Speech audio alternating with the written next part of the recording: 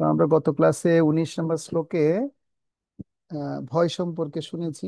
যেহেতু সবাই শঙ্খধ্বনি শুনে পক্ষের যারা আছে তারা খুব ভয়ে সন্ত্রস্ত হয়েছে, ভীতগ্রস্ত হয়েছে। তো ভোগে রোগ ভয়, কুলে চতুভয়, বৃত্তে নিপলাদ ভয়ম, এবং মানে দৈন্য ভয়, বলে রিপু ভয়, এবং রূপে জরা ভয়, শাস্ত্রে বাদী ভয়ম, গুণে খলভয়ম, কায়ে কীর্তান্তভয়ম, সর্বং বস্তু ভয়ান্বিতম, ভুবি নৃণাম বৈরাগ্যমেবা ভয়ম। তো আমরা দেখেছি যে ভোগ করলে রোগ হবে, রোগের ভয়। আর কুলের মধ্যে সন্তান থাকলেও সন্তান হারানোর ভয় থাকে, সন্তান না হওয়ার ভয় থাকে। তারপর সম্পদশালী ব্যক্তিরা সম্পদ হারানোর ভয় থাকে। শক্তিশালী ব্যক্তিদের শত্রু বৃদ্ধি বা শত্রু কর্তৃক আক্রমণের ভয় থাকে। এরপর যার অধিক বেশি গুণসম্পন্ন ব্যক্তিদের সর্বদা অন্য মানুষ বা নিন্দুকের নিন্দা করার ভয় থাকে। তারপর জগতে সকলে যে মৃত্যুবরণ করবে সে মৃত্যুর ভয়ে সবাই ভীত সন্ত্রস্ত। তথাপি এত ভয় থাকা সত্ত্বেও মানুষ মৃত্যুকে চিন্তা করে না। তথাপি মানুষ ইন্দ্রিয় সংভোগে ব্যস্ত থাকে এবং দিনকে কিভাবে এই মৃত্যুর হাত থেকে রক্ষা করবে তার জন্য কোনো কাজ তারা করে না।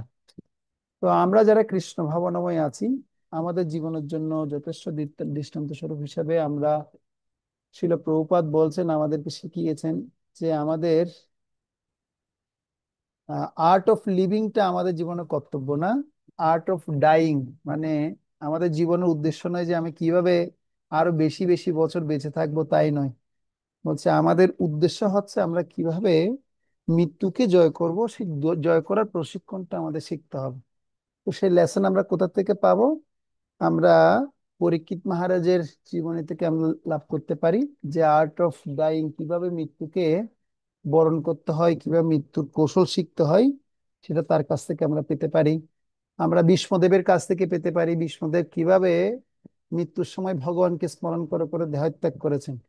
এভাবে যে যে সমস্ত ভগবত ভক্তরা তারা তাদের জীবনকে অন্তিম সময়ে ভগবান স্মরণ করে দেহত্যাগ করেছেন, তাদের কাছ থেকে আমরা সবাই শিক্ষা লাভ করতে পারি। তো আমাদের জীবনের একটাই শিক্ষা হওয়া উচিত, যেটা সচ্চিদানন্দ ভক্তিবিনোদ ঠাকুর বলছেন, ভজ হুরে মন শ্রীনন্দের নন্দন অভয় চরণারবিন্দরে। সরি, ছিল গোবিন্দ দাস নামে একজন মহান ভক্ত, গোবিন্দ দাস, তিনি তার ভজনের মধ্যে সে কথা লিখেছেন, দুর্লভ মানব জনম সৎসঙ্গে তরহ এই ভব সিন্দুরে। হে মন, তুমি অভয়চরণ শ্রীকৃষ্ণের ভজনা করো, এই দুর্লভ মানব জীবনে সৎ উপযোগ করো, এই ভবসাগর পার হয়ে এই ভগবত ধামে ফিরে যাও। তো এটাই আমাদের জীবনের জন্য প্রত্যেকের চাওয়া উচিত, যে প্রকৃতপক্ষে আমার জীবনকে এই মৃত্যুময় সংসার রূপ জগৎ থেকে কিভাবে উদ্ধার পেতে পারবো, তার অবশ্যই আমাদের পরিকল্পনা করতে হবে। তাহলে আমরা ইতিমধ্যে 14 থেকে 20 নম্বর শ্লোকের আলোচনার যে সারসংক্ষেপ পাচ্ছি, যে এখানে পাণ্ডবদের বিজয় জয়সূচক লক্ষণ বা কিছু চিহ্নের কথা এখানে উল্লেখ করা হয়েছে। সে সময় বিষয়গুলো আমরা দেখেছি। তো আজকে থেকে আমরা 20 নম্বর শ্লোক আলোচনা করব। সবাই 20 নম্বর শ্লোক আপনারা দেখুন।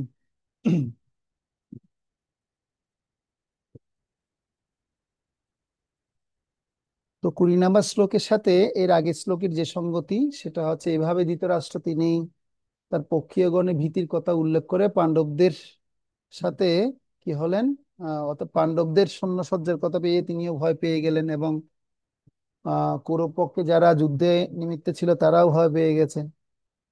তো পাণ্ডবদের কিন্তু তাতে উৎসাহই ছিল, এবং এই পরবর্তী শ্লোকে সে কথা বর্ণনা করা হবে। পাণ্ডবরা খুব উৎসাহান্বিত ভাবে তারা যুদ্ধক্ষেত্রে এসেছেন যুদ্ধ করার জন্য। তো আজকে এখন 20 নম্বর শ্লোকে সে কথা বলবে। অত ব্যবস্থিতান দৃষ্টা ধাতুরাষ্ট্রান কুপিধ্বজঃ, প্রবৃত্তে শস্ত্র সম্পাতে ধনুরুদ্যম্য পাণ্ডব, ঋষিকেশম তদা বাক্য মিদমাহ মহীপতে। গোবিন্দ বিশ্বাসের প্রভু অনুবাদ করুন। হরিষ। সে সময় পাণ্ডুপুত্র অর্জুন হনুমান চিহ্নিত পতাকা শোভিত রথে অধিষ্ঠিত হয়ে তার ধনুক তুলে নিয়ে স্বর নিক্ষেপ করতে প্রস্তুত হলেন। হে মহারাজ, ধৃতরাষ্ট্রের পুত্রদের সমরস সমরস সজ্জায় আহ, বিন্যস্ত দেখে অর্জুন তখন শ্রীকৃষ্ণকে এই কথাগুলো বললেন। হ্যাঁ, তো এখন ভগবান কে বলছেন, কে? অর্জুন বলছে। তো আমরা তো আহ যে দেখেছি যে ভগবান কৃষ্ণ ভগবদ গীতায় কোনো কথাই বলেননি, কিন্তু প্রথম অধ্যায়ে কোনো কথা বলেননি ভগবান কৃষ্ণ। ভগবদ গীতায় প্রথম অধ্যায়ে কোনো কথা বলেননি, সেটা আমরা সবার জানা আছে। কিন্তু আপনারা দেখবেন ভগবদ গীতায় প্রথম অধ্যায়ে কিন্তু ভগবান কৃষ্ণের একটা কথা আছে, তো সেটা আমরা শুনতে পাবো। এখন অর্জুন বলছে যে হে মহারাজ, ধৃতরাষ্ট্রের পুত্রদের সমসজ্জা বিন্যস্ত দেখে অর্জুন তখন ভগবান কৃষ্ণকে বলবেন। ভগবান কৃষ্ণকে অর্জুন যখন বলা শুরু করবেন, তখন মাঝখানে কথা শুনতে শুনতে ভগবান একটা কথা বলবেন, সেটা আমাদের ধরতে হবে, সেটা আমি আপনাদেরকে বুঝিয়ে দিব। তো এখানে বলা হচ্ছে অত ব্যবস্থিতান দৃষ্টা ধাত রাষ্ট্রান কপিধ্বজ। তো কপিধ্বজ কথাটা অত্যন্ত গুরুত্বপূর্ণ। কপিধ্বজ মানে কি? যার পতাকায় হনুমান চিহ্নিত শোভা রয়েছে। তো হনুমান চিহ্নিত শোভা মানে হচ্ছে এটা আমাদের বিজয় সূচক লক্ষণ। তো যেখানে হনুমান চিহ্নিত পতাকা থাকবে সেখানে বিজয় সুনিশ্চিত। তো শিলা প্রভুপাদ এখানে খুব সুন্দর তাৎপর্য ব্যাখ্যা করেছে। কি ব্যাখ্যা করেছে আমরা একটু পড়ি, সবাই শুনুন। কুরুক্ষেত্রের যুদ্ধের শুরুতেই আমরা দেখতে পাই পাণ্ডবদের অপ্রত্যাশিত সৈন্যসজ্জা দেখে ধৃতরাষ্ট্রের পুত্রদের হৃৎকম্প শুরু হয়ে গেছে। পরমেশ্বর ভগবান শ্রীকৃষ্ণ স্বয়ং কুরুক্ষেত্রের যুদ্ধে উপস্থিত থেকে পাণ্ডবদের পরিচালিত করেছিলেন, তাই কৌরবদের এই হৃৎকম্প হওয়াটা স্বাভাবিক। অর্জুনের রথে হনুমান অঙ্কিত ধ্বজাও একটি বিজয়সূচক ইঙ্গিত, কারণ রাবণের যুদ্ধে হনুমান রামচন্দ্রকে সহযোগিতা করেছিলেন এবং শ্রী রামচন্দ্র বিজয়ী হয়েছিলেন। কুরুক্ষেত্রের যুদ্ধে অর্জুনকে সাহায্য করবার জন্য তার রথে শ্রী রামচন্দ্র ও হনুমান দুইজনকে উপস্থিত থাকতে দেখতে পাই।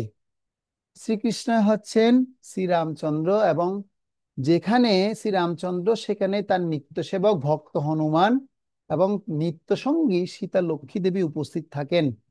তাই অর্জুনের কোনো শত্রুর ভয়ে ভীত হওয়ার কারণ ছিল না। আর সবচেয়ে বড় কথা হচ্ছে যে সমস্ত ইন্দ্রিয়ের অধীশ্বর ভগবান শ্রীকৃষ্ণ তাকে পরিচালিত করবার জন্য স্বয়ং উপস্থিত ছিলেন। এভাবে যুদ্ধ জয়ের সমস্ত শুভ পরামর্শ অর্জুন পাচ্ছিলেন তার নিত্যকালের ভক্তদের জন্য ভগবানের দ্বারা আয়োজিত এরকম শুভ পরিস্থিতিতে সুনিশ্চিত জয়ের ইঙ্গিত বহন করে। তো তার মানে আমরা বুঝতে পারছি যে ধ্বজা, কপিধ্বজা মানে হনুমান চিহ্নিত পতাকা, যেখানেই থাকবে সেখানে বিজয় লাভ করবে। তো শিল প্রভুপাদ তো এই শ্লোকের আলোকে তিনি বলছেন যে কপিধ্বজ শব্দটি খুবই তাৎপর্যপূর্ণ। ঠিক যেমন বর্তমানে প্রত্যেক দেশের একটি ভিন্ন ধরনের পতাকা রয়েছে, সেরকম অর্জুনেরও পতাকা ছিল, পতাকা বা ধ্বজা ছিল। তো ধ্বজা মানে পতাকা, ধ্বজা শব্দের অর্থ কি? পতাকা। সেই পতাকা ছিল রথের চূড়ায় এবং তা ছিল হনুমান চিহ্নিত। হনুমান ভগবান শ্রী রামচন্দ্রের জন্য যুদ্ধ করেছিলেন, আর অর্জুন যুদ্ধ করেছিলেন ভগবান শ্রীকৃষ্ণের জন্য, এবং সেই কারণে তিনি হনুমানের পদাঙ্ক অনুসরণ করেছিলেন। এটাই হচ্ছে বৈষ্ণব ধর্ম। তো বৈষ্ণব ধর্ম মানে কি? মহাজনেন গতস্য পন্থা। আমরা যারা বৈষ্ণবীয় ক্লিষ্টে অনুশীলন করছি বা যারা আমরা বৈষ্ণব ধারায় আছি, আমরা কখনো আমাদের মন গড়া নিজের মতো তথ্য ব্যাখ্যা আমরা কখনো করব না। আমরা যা বলবো, যা শুনবো, সেগুলো যেন একটা অথেন্টিক সোর্স যেন থাকে। সেজন্য শিল প্রভুপাদ তিনি তার ভগবদ গীতা লিখেছেন, ভগবদ গীতা অ্যাজ ইট ইজ, মানে যথারূপ, যথাযথভাবে আমি উপস্থাপন করছি। আমার পূর্বতন আচার্য যা বলে গেছেন, যা সিদ্ধান্ত দিয়েছেন, তার আচার্য যা সিদ্ধান্ত দিয়ে গেছেন, এভাবে ক্রমান্বয়ে এই পরম্পরার মাধ্যমে আমরা যে জ্ঞান পাচ্ছি, সেটা হচ্ছে কি সে যথাযথ জ্ঞান। তো সেজন্য আমরা যখন কোনো কথা বলবো, মন গড়া তত্ত্ব যেন আমরা কখনো বিশ্লেষণ না করি, আর সে কথাটা যেন অথেন্টিক সোর্সের উপর যেন কি হয়, নির্ভর যেন হয়। এটা আমরা প্রত্যেকে যেন আমরা আমাদের জীবনে প্রয়োগ করি। যারা ভক্তিশাস্ত্রী কোর্স এখানে করছি, আপনারা আজকে শুনছেন, আগামীকালকে আপনারা শিক্ষক। তো ঠিক তেমনি আমিও আমার পরম্পরা অনুসারে যেভাবে শুনছি, আমি যাদের কাছ থেকে যেভাবে শুনেছি, সেই সমস্ত কথাগুলো আপনাদেরকে অ্যাজ ইট ইজ ভাবে উপস্থাপন করতে না পারলেও তার ভাবধারাটা আমি বজায় রাখার চেষ্টা করছি। তো আপনারাও যখন এই ভাগবত গীতার শিক্ষা যেভাবে শুনছেন, সে ধারাবাহিকতা যেন বজায় রেখে অন্যদের কাছে যেন আপনারা এইভাবে উপস্থাপন করেন, সেটা আমাদের সিদ্ধান্ত যেন কি থাকে, জানা থাকে। সেজন্য একজন বৈষ্ণবের কর্তব্য হচ্ছে পূর্বতন মহাজনের কর্তৃপক্ষের পদাঙ্ক যেন অনুসরণ করা হয়। আমরা নিজস্ব কোনো ধারণা তৈরি করি না, কেবল পূর্বতন আচার্যদের কার্যকলাপই গ্রহণ করি। অর্জুনও তার পূর্বতন আচার্য হনুমানজির পদাঙ্ক অনুসরণ করেছিলেন। প্রভুপাদ বলছেন সেই জন্য তার পতাকা ছিল হনুমান চিহ্নিত, এবং তিনি প্রার্থনা করেছিলেন, হে হনুমানজি, দয়া করে আপনি আমাকে সহায়তা করুন। এটা হচ্ছে বৈষ্ণবদের সংস্কৃতি। একজন বৈষ্ণব সর্বদা নিজেকে অসহায় ভাবেন, সেজন্য তিনি পূর্বতন আচার্যবৃন্দের নিকট থেকে ভিক্ষা প্রার্থনা করেন। তো সেজন্য দেখবেন আমাদের যারা পূর্বতন আচার্যরা আছেন, তারা বিভিন্ন লেখনীর মাধ্যমে প্রার্থনা ভজন নির্মাণ করে গেছেন। আপনাদের যদি সুযোগ হয়, ভক্তি গীতি সঞ্চয়ন গ্রন্থে যে সমস্ত প্রার্থনা ভজন আছে, সমস্ত প্রার্থনা ভজনগুলো যদি মুখস্থ করতে পারি তো খুব ভালো। আর যদি মুখস্থ করতে না পারলেও অন্ততপক্ষে সেই সমস্ত ভজনের গীত কথাগুলো যেন আমাদের সবসময় অনুশীলন বা চর্চা করা দরকার। যেমন সেখানে বলছে, গোরা প্রভু না ভজিয়া মইনু। হ্যাঁ, একটা ভজন আছে, শুনেছেন আপনারা? প্রেম রতন ধনু। হ্যাঁ, মানে এই ধরনের খুব সুন্দর ভজন, গোরা প্রভু না ভজিয়া মইনু। তারপর যে নিবেদন করি প্রভু তোমারও চরণে। হ্যাঁ, এই ধরনের যে ভজন গীতগুলো আছে, প্রত্যেক কথাগুলো যদি আমরা এগুলো যদি হৃদয়ে ধারণ করতে পারি, এগুলো সময়ে সময়ে আমাদের প্রতি মুহূর্তে মুহূর্তে এগুলো স্মরণ হবে। যখন রান্না করতে যাব, যখন বাজার করতে যাব, যখন কোনো জায়গায় বিচরণ করতে যাব, হাঁটতে যাব, চলতে সবসময় এই ধরনের ভজনগুলো তখন আমাদের স্মৃতিতে আসবে। এই জন্য প্রত্যেকের উচিত এই ভক্তি গীতের সঞ্চয়নে যা গীতি ভজন রয়েছে, সেগুলো অন্ততপক্ষে প্রতিদিন একটা একটা হলো পড়ে শেষ করা। তো আমাদের শিল ভক্তিচারক গুরু মহারাজ তিনি এই ভজন গীতের বইটা রচনা করেছেন অনেক কষ্ট করে। কারণ আমাদের বৌড়ীয় ধারার যা ভজন গীত ছিল সেগুলো হারিয়ে গিয়েছিল। তো তিনি আবার সে প্রার্থনাগুলো কি করেছেন, তিনি আবার সেগুলো খুঁজে খুঁজে বের করে করে অনেক কষ্ট করে তিনি এই ভক্তি গীতের সঞ্চয়নটা গ্রন্থটা তিনি কি করেছেন, রচনা করেছেন। তো সেজন্য আমাদেরও ভক্তদের উচিত সে প্রার্থনা ভজনগুলো সব সময় কি করা, সেগুলো অধ্যয়ন করা, পড়া। যত পড়বো তত আমরা সেখান থেকে শক্তি লাভ করতে পারবো। প্রভুপাদ বলছেন শ্রী চৈতন্য চরিতামৃতে আপনি দেখবেন যে প্রত্যেক অধ্যায়ের শেষে লেখক শ্রী কৃষ্ণদাস কবিরাজ গোস্বামী লিখেছেন, মানে কি লিখেছেন, শ্রী রূপ রঘুনাথ পদে পদে যার আস চৈতন্য চরিতামৃত কহে কৃষ্ণদাস। এভাবে প্রতিটি লাইনে তিনি তার পূর্বতন আচার্যদের, রঘুনাথের, রূপ রঘুনাথের চিন্তা করছিলেন। আমি সেই গোস্বামীদের নিকট স্মরণ গ্রহণ করি, যাতে তারা এই গ্রন্থের সংকলন কার্যে আমাকে সহায়তা করেন। তো এইভাবে আমরা দেখতে পাচ্ছি শিল প্রভুপাদ তিনি তার লেখনীর মাধ্যমে প্রার্থনা করেছেন। তিনি তার প্রবচন লন্ডনে এই প্রবচন দিয়েছেন 1973 সালে। ওখানে এই শ্লোকের উক্তিতে তিনি এই কথা বলেছেন। এবং বলদেব বিদ্যাভূষণ বলছেন যে এই শ্লোকে দেখুন, ঋষিকেশ শব্দের দ্বারা এটি গুরুভাবে ব্যক্ত হয়েছেন যে শ্রীকৃষ্ণ যাদের আজ্ঞাবহ এবং যারা কৃষ্ণের একান্ত ভক্ত, সে পাণ্ডবদের বিজয় সম্বন্ধে সন্দেহের লেশ মাত্র নেই। তো যারা ভগবানের শরণাগত, তাদের কখনো কি হবে না, তাদের কখনো বিনাশ হবে না। তাদের ভগবান স্বয়ং তিনি কি করবেন, তিনি তার আহ সমস্ত যোগ্যতা দিয়ে সেই ভক্তকে তিনি রক্ষা করার চেষ্টা করেন। সেজন্য ভগবান ভগবদ গীতায় অর্জুনকে জানাই বলছেন, হে ধর্মাত্মা, হে ক্ষিপ্রম ভবতি ধর্মাত্মা, হে অর্জুন ধর্মাত্মা, শস্যচন্তি নিগচ্ছতি কন্তীয় হি অভিজানাতি নমে ভক্তা প্রণশ্যতি। যে ক্ষিপ্র ভক্তি সহকারে আমার ভক্তি যাজন করেন, সে ধর্মাত্মা কখনো কি হবে না, তার কখনো বিনাশ হবে না। কন্তীয় হি অভিজানাতি, হে কন্তীয়, তুমি দীপ্তকণ্ঠে ঘোষণা করো, আমার ভক্তের নমে ভক্তা প্রণশ্যতি, আমার ভক্তের কখনো বিনাশ হবে না। তো সেজন্য সে কথা আমরা শুনলাম যে কৃষ্ণের ভক্ত, একান্ত ভক্ত, তিনি কখনো কি করবেন না, পরাজিত হবেন না। তো এখানে মহীপতে শব্দের দ্বারা সঞ্জয় ধৃতরাষ্ট্রের নিকট কৃতজ্ঞতা প্রকাশ করেছেন। দেখুন মহীপতে শব্দটা আছে, এর দ্বারা কি করছেন ভগবান, অর্থাৎ ভগবানের ভক্ত সঞ্জয় ধৃতরাষ্ট্রের নিকট কৃতজ্ঞতা প্রকাশ করছেন, কারণ ধৃতরাষ্ট্রের প্রশ্নের কারণে তিনি এখন কৃষ্ণ এবং অর্জুনের কথা বলতে পারছেন।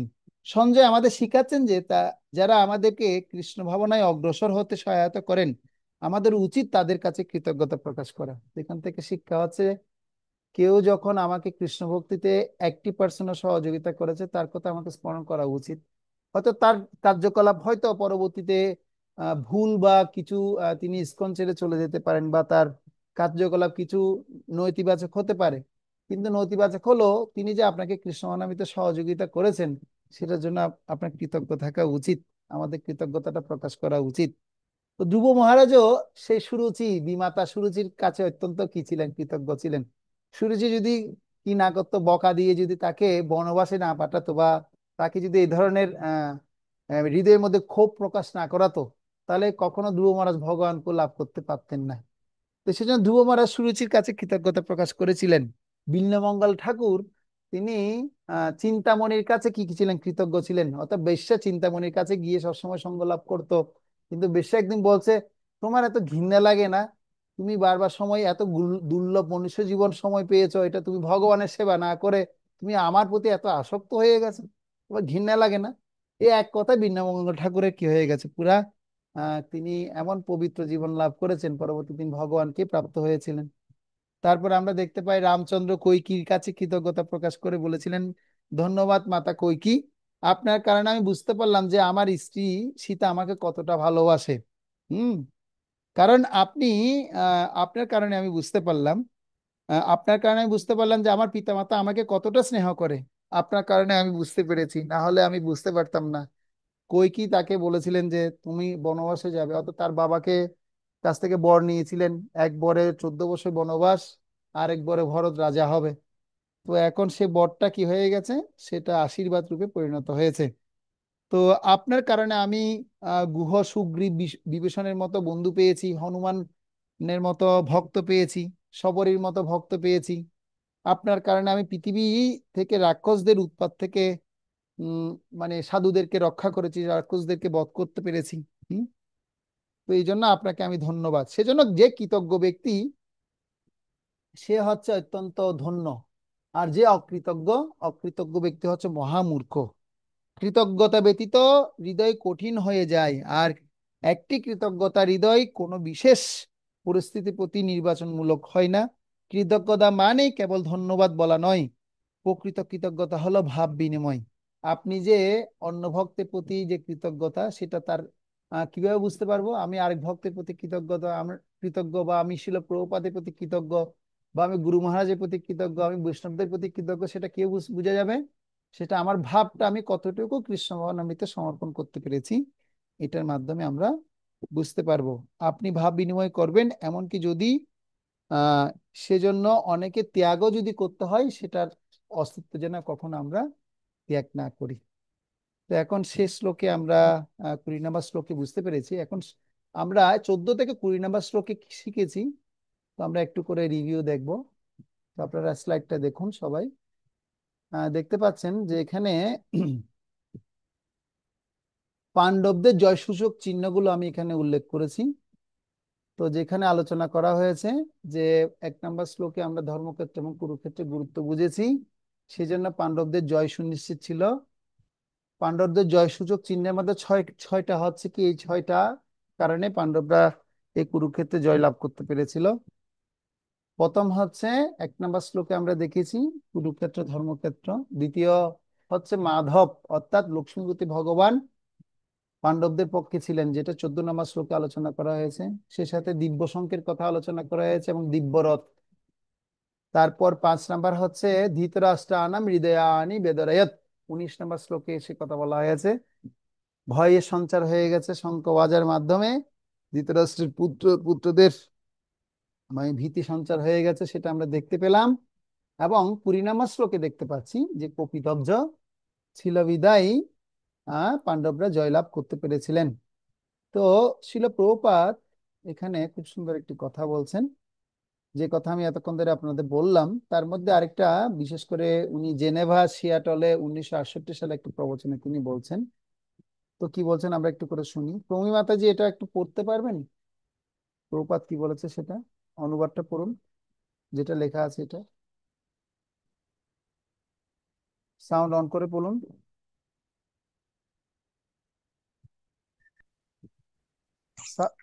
এই দৃঢ় বিশ্বাসকেই বলা হয় শরণাগতি। পঞ্চ পাণ্ডবগণ অসংখ্য দুঃখজনক পরিস্থিতির শিকার হয়েছিলেন, কিন্তু কখনোই বিচলিত হননি। তারা কৃষ্ণকে কখনোই বলেননি, প্রিয় কৃষ্ণ, তুমি তো আমাদের সুহৃদ, কেন তুমি এত সব কঠিন বিপর্যয়ের মধ্যে আমাদের ফেলছো? বরং তারা দৃঢ় বিশ্বাসী ছিলেন, সব বিপর্যয় সত্ত্বেও আমরা বিজয়ী হব, যেহেতু কৃষ্ণ আমাদের সঙ্গে আছেন। এই দৃঢ় বিশ্বাসকেই বলে শরণাগতি। প্রবচন, জেনেভা, সিয়াটল, 1968। ধন্যবাদ মাতাজি, উপমাকে ধন্যবাদ। তো ব্যাপার হচ্ছে, প্রভুপাদ বলছেন যে অবশ্য রকিবে কৃষ্ণ বিশ্বাস পালন, যেটা ছিল রূপ গোস্বামী তিনি তার আহ রূপ গোস্বামী বলছেন যে ভক্তি রসামৃত সিন্ধু গ্রন্থে বলছেন যে সরঙ্গ শরণাগতির 6টি লক্ষণ আছে। দৈন্য আত্মনিবেদন, গুপ্তিত্বে বরণ, অবশ্য রখিবে কৃষ্ণ বিশ্বাস পালন, ভক্তি অনুকূল যাহা কার্যের স্বীকার, ভক্তি প্রতিকূল ভাব বর্জন অঙ্গীকার। তো এখানে একটা বিষয় উল্লেখ করা হচ্ছে যে দৃঢ় বিশ্বাস ছিল পাণ্ডবদের, বরং দৃঢ় বিশ্বাসী ছিল সব বিপর্যয় সত্ত্বেও আমরা বিজয়ী হব। কিন্তু যেহেতু কৃষ্ণ আমাদের সকলে আমাদের সাথে আছেন, এই দৃঢ় বিশ্বাসকে বলেই শরণাগতি। সরঙ্গ শরণাগতি হইবে যাহার, তাহার প্রার্থনা শুনে শ্রীনন্দ কুমার। তো প্রভুপাদ আর বলছেন যে তোমরা এই অহিংসা সহায়ক তোমার এই অহিংসা সহায়ক হবে না। তো সাধারণত বৈষ্ণবরা অহিংস হয়ে থাকেন, ঠিক অর্জুনের মতো। শুরুতেই তিনি অহিংস ছিলেন, বলেছিলেন কি প্রয়োজন এই যুদ্ধের, ওরাই রাজ্য ভোগ করুক। তো স্বভাবতই তিনি অহিংস ছিলেন। কিন্তু কৃষ্ণের দ্বারা পরিচিত হয়ে তিনি সহিংস হয়ে হলেন। তোমার অহিংসা সহায়ক হবে না, তাই আমি চাই তুমি সহিংস হয়ে তাদের হত্যা করো। ভগবান কৃষ্ণ বলেছেন যে তোমার অহিংসাটা কি হবে না, তাদের ক্ষেত্রে মঙ্গলদায়ক হবে না। আমি চাই তুমি তাদের মঙ্গল করো, তাদের যে আসরিক প্রবৃত্তিটা একেবারে ধ্বংস করো। তো ধ্বংসটা কখন হবে? তুমি যদি সহায়ক হয়ে যদি তাদেরকে যদি বধ করতে পারো, তাহলে তারা সবাই মুক্তি লাভ করবে। কেননা ধর্মক্ষেত্রে যে দেহত্যাগ করবে সেই কিন্তু কি হবে, তিনি উদ্ধগতি প্রাপ্ত হবে। তো প্রভুপাদ আরো বলছেন, নয়ানন্দ প্রভু এটা পড়ুন কি লিখছে।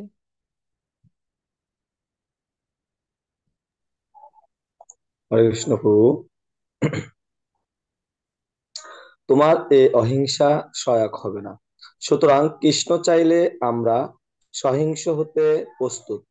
তাই কৃষ্ণের কৃষ্ণের ভক্ত যারা, তাদের উভয় ক্ষেত্রেই প্রশিক্ষিত হতে হবে, প্রস্তুত থাকতে হবে। তবে অনাবশ্যক সহিংসতার কোনো প্রশ্নই আসে না।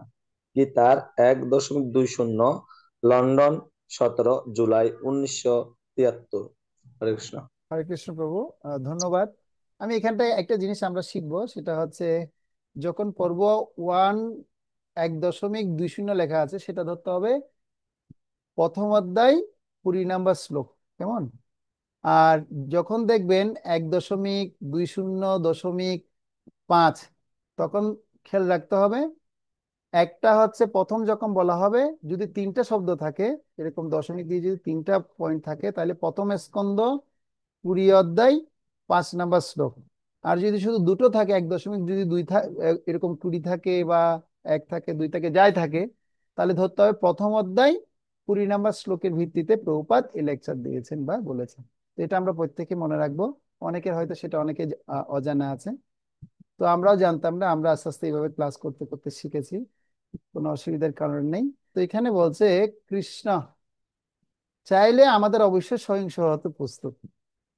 তো বৈষ্ণব সদাচার গ্রন্থের মধ্যে আহ শিল সনাতন গোস্বামীকে চৈতন্য মহাপ্রভু শিক্ষা দিয়েছিলেন, যে তিনি বলছেন যে বৈষ্ণব হবেন গোলাপ ফুলের পাপড়ির মতো কোমল।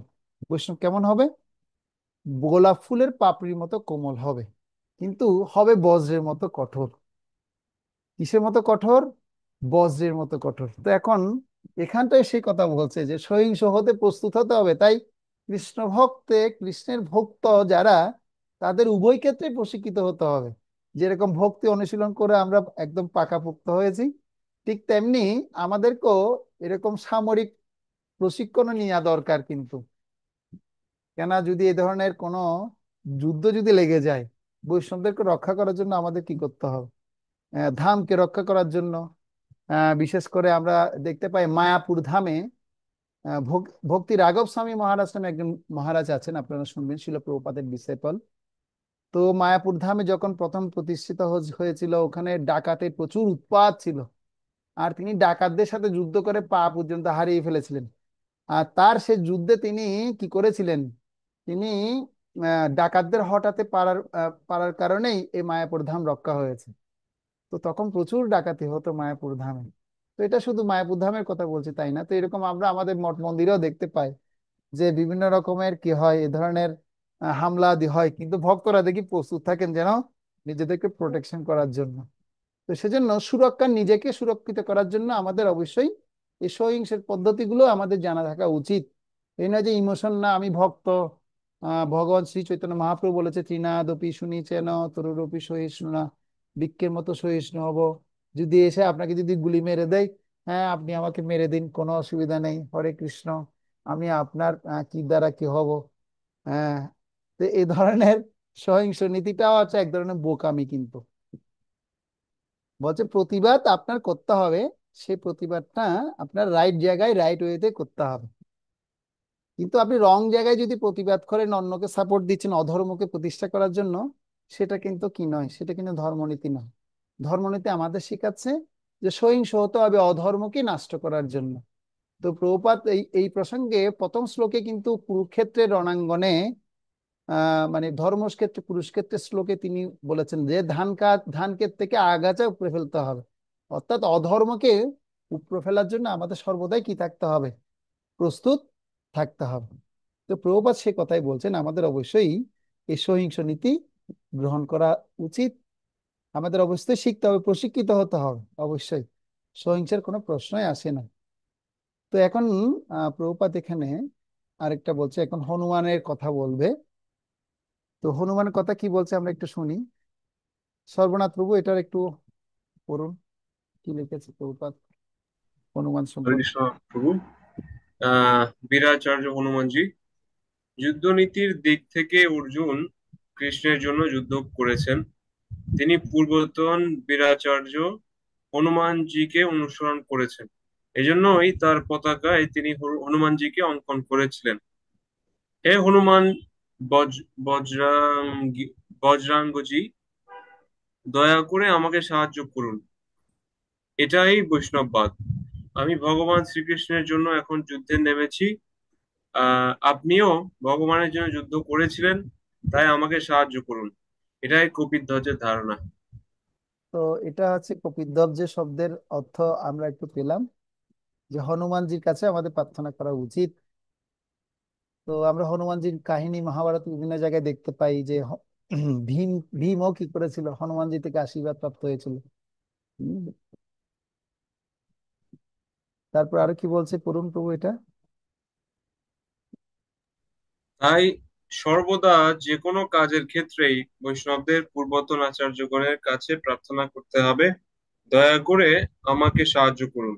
এভাবে বৈষ্ণব নিজেকে সব সময় অসহায় ভাববেন এবং পূর্বতন আচার্যদের কাছে সাহায্য প্রার্থনা করবেন। ভগবত গীতা প্রথম অধ্যায় 20 নম্বর শ্লোক, লন্ডন, 17 জুলাই 1973। 1973 সালে প্রভুপাদ এই কথা বলেছেন, আমরা কখনো একাকী আমার নাহি পাই বল হরিনাম সংকীর্তন। তো আমরাও এই আহ একাকী কখনো আমরা বল পাবো না এই হরিনাম করার জন্য। তো সেজন্য আমাদের সবসময় পূর্বতন আচার্যবৃন্দদের অবশ্যই পদাঙ্ক অনুসরণ করতে হবে। আচ্ছা, অনেক ভক্ত ভিডিও অফ আছেন, তাহলে তো আমি কিভাবে বুঝবো, আপনাদেরকে আমি কিভাবে জিজ্ঞাসা করবো আপনারা আসলে জেগে আছেন কিনা। ভিডিও অন থাকলে তো সুবিধা, যারা ভিডিও অন আছে তাদেরকে আমি জিজ্ঞাসা করছি। তো তাহলে তাহলে আমরা এই 20 নম্বর শ্লোকে এই সমস্ত বিষয়গুলো জানতে পারলাম। প্রভুপাদের কি মূল মিশন সেটা আমরা দেখতে পেলাম, যে আমাদের অবশ্যই পূর্বতন আচার্যবৃন্দদের থেকে অবশ্যই আমাদের শিক্ষা লাভ করতে হবে। তো তাহলে আমরা এই লেসন থেকে আমরা কি পাচ্ছি, দুর্যোধনের রাজনৈতিক রণকৌশলের দিকগুলো আমরা চিহ্নিত করতে পারলাম, যেটা 3 থেকে 11 নম্বর শ্লোক পর্যন্ত আলোচনা করেছি। তারপর আলোচনা করা হয়েছে হনুমানজির, হনুমান চিহ্নিত রথের পতাকা, কপিধ্বজ শব্দের অর্থ ক্ষেত্রে আমরা করেছি 1 থেকে প্রথম অধ্যায়ের 2 নম্বর শ্লোকে আলোচনা করেছি। এটা হচ্ছে আমাদের আন্ডারস্ট্যান্ডিং যে বিষয়টা, যেটা আমরা ভক্তিশাস্ত্রী কোর্সে 3টা বিষয় পাই। তার মধ্যে এখন আমরা পার্সোনাল অ্যাপ্লিকেশন হিসেবে আমরা শিক্ষা লাভ করেছি প্রথম অধ্যায়ের 3 নম্বর শ্লোক, যেখানে আলোচনা করা হয়েছে দ্রোণাচার্যের দৃষ্টান্তের মাধ্যমে কি উদারতা শিক্ষা লাভ করা যায়, এবং আলোচনা করা হয়েছে ব্যক্তিগত জীবনে কিভাবে সবসময় ভগবানকে সাহায্য করা যাবে, সেটা আমরা 19 নম্বর শ্লোকে আমরা দেখেছি। এবং কিভাবে সবসময় প্রার্থনা করব ভগবান কাছে, সবসময় মৃত্যুর ভয়টা যেন আমাদের হৃদয়ে যেন থাকে, সেই জন্য আমরা প্রার্থনা করব। এটা আমাদের পার্সোনাল অ্যাপ্লিকেশনে আমরা দেখলাম। এবং একাডেমিক ইন্টিগ্রিটি হিসেবে আমরা আলোচনা করলাম যে বৈষ্ণবতা এবং অহিংসা হিংসা নীতির ক্ষেত্রে শিল প্রভুপাদের কি মনোভাব, তার উদ্ধৃতি আমরা শুনলাম। এবং কিভাবে অপপ্রয়োগ হতে পারে, সে অপপ্রয়োগের ক্ষেত্রে আমাদের কি রকম ভূমিকা পালন করা উচিত, সেটা আমরা দেখলাম। তো এবার আমরা আলোচনা করব 21 থেকে 25 নম্বর শ্লোক। ভগবান কৃষ্ণ হচ্ছেন ভক্তবৎসল, সেই কৃষ্ণের ভক্তবৎসলতা কতটুকু সেটা এখন আলোচনা করা হবে। তো 21 নম্বর শ্লোকে সেটা আমরা 21 থেকে 25 নম্বর শ্লোকে সেটা আমরা জানবো। এবং 26 থেকে 46 নম্বর শ্লোকে অর্জুন যুদ্ধ করবেন না কেন, তার পিছনে তিনি কিছু যুক্তি প্রদর্শন করবেন, সেই কথাগুলো কৃষ্ণকে শোনাবেন, শুনবেন, ভগবান কৃষ্ণ শুনবেন, অর্জুনের কথা শুনবেন। এই শোনাটা এখন শুরু হবে। তার আগে অর্জুন তিনি ভগবানের গুণমহিমা কিছুক্ষণ বর্ণনা করবেন। 21 থেকে 25 নম্বর শ্লোক হচ্ছে কৃষ্ণের ভক্ত বাৎসল্য কি, এ সম্পর্কে আলোচনা করা হয়েছে। তো তার মানে আমরা এখন 21 থেকে 26 নম্বর শ্লোক দেখবো, ভক্তবৎসল ভগবান শ্রীকৃষ্ণ। তো এখানে আমরা বিশেষ করে 21 থেকে 26 এবং 27 নম্বর শ্লোকে সাধারণ বিষয়বস্তু যেটা পাবো, অর্জুন অচ্যুত ভগবানকে তার রথ সেনাদের মাঝখানে নিয়ে যেতে অনুরোধ করলেন, এবং ধৃতরাষ্ট্রের দুর্বুদ্ধি সম্পূর্ণ পুত্রদের পক্ষে যুদ্ধ করার মানসে কোন কোন রাজা যুদ্ধক্ষেত্রে উপস্থিত হয়েছেন সেটা দেখার জন্য তিনি খুব উৎসুক ছিলেন। হ্যাঁ, তো এবং উৎসুক থাকার কারণে আহ তো তিনি বিশেষ করে ভগবানের কাছে প্রথমে অনুরোধ জ্ঞাপন করবেন যে ভগবান আপনি আমাকে একটু কৃপা করে ওখানে নিয়ে যান। তো এখানে ভগবানকে বিভিন্ন নামে সম্বোধন করে অর্জুন কি করবেন, তার গুণমহিমা বর্ণনা করবেন। আশা করি আপনারা গীতা শ্লোক দেখতে পাচ্ছেন। অর্জুন উবাচ, দেখা যাচ্ছে শ্লোক?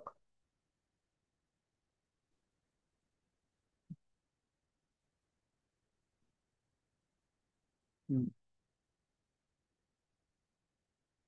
21 থেকে 22 নম্বর শ্লোক, দুটো শ্লোক একত্রে আছে, আমরা এখন এই দুটো শ্লোকের অর্থ শুনবো।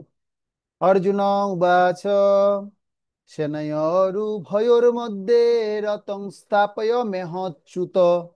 মেহ অচ্যুত, অচ্যুত মানে ভগবান অচ্যুত কথা বলছে।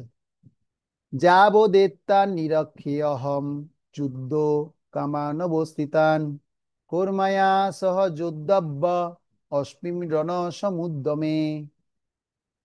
তো অনুবাদে বলছে, হে অর্জুন বললেন, হে অচ্যুত। হে অচ্যুত মানে ভগবানের আরেক নাম হচ্ছে অচ্যুত। কেন অচ্যুত সেটা আমরা শুনবো। তুমি উভয় পক্ষের সৈন্যদের মাঝখানে আমার রথ স্থাপন করো, যাতে আমি দেখতে পারি যুদ্ধ করার অভিলাষী হয়ে কারা সেখানে এখানে এসে উপস্থিত হয়েছে, কারা এসেছে, এবং এই মহাসংগ্রামে আমাকে কাদের সঙ্গে যুদ্ধ করতে হবে। তো এখানে প্রভুপাদ বিশেষ করে অচ্যুত শব্দের অর্থটা খুব সুন্দরভাবে ব্যাখ্যা করেছেন। যদিও শ্রীকৃষ্ণ হচ্ছেন পরমেশ্বর ভগবান, তবুও তিনি অহৈতুকী কৃপাবশে তার প্রিয় সখা অর্জুনের রথের সারথি হয়ে তার সেবা করছেন। ভক্তের প্রতি করুণা প্রদর্শনে ভগবান কখনো চ্যুত হন না, তাই তাকে এখানে অচ্যুত বলে সম্ভাষণ করা হয়েছে। তার মানে আমরা অচ্যুত শব্দের অর্থ কি পেলাম, ভক্তের প্রতি করুণা প্রদর্শনে ভগবান কখনো কি হন না, চ্যুত হন না। তো আমাদের ধরে রাখতে হবে আমরা যারা ভগবত ভক্ত হচ্ছি বা হয়েছি, তো এখানে ভক্তের প্রতি করুণা,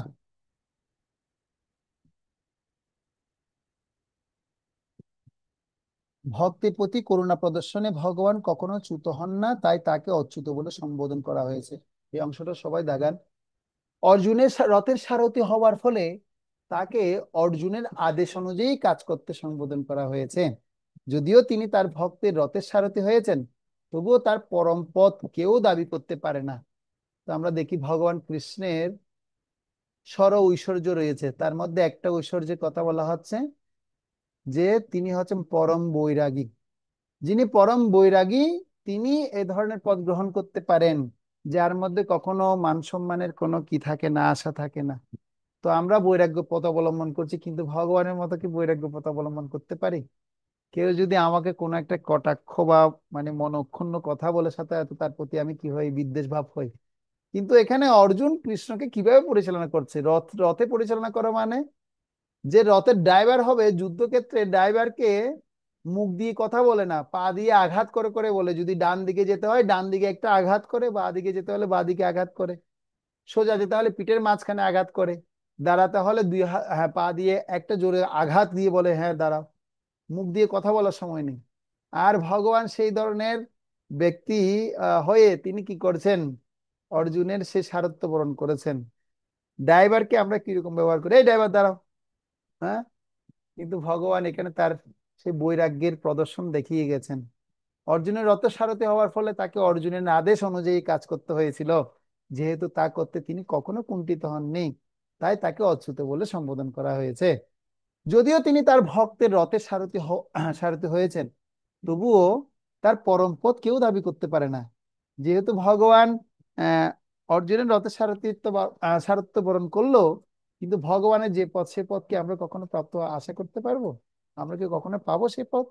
কখনো সম্ভব না। সেজন্য সকল অবস্থাতেই তিনি হচ্ছেন পরম পুরুষ ভগবান। সেজন্য তিনি হচ্ছে সমস্ত ইন্দ্রিয়ের অধীশ্বর ঋষিকেশ। ঋষিকেশ শব্দের অর্থ কি? যিনি সমস্ত ইন্দ্রিয়ের অধীশ্বর।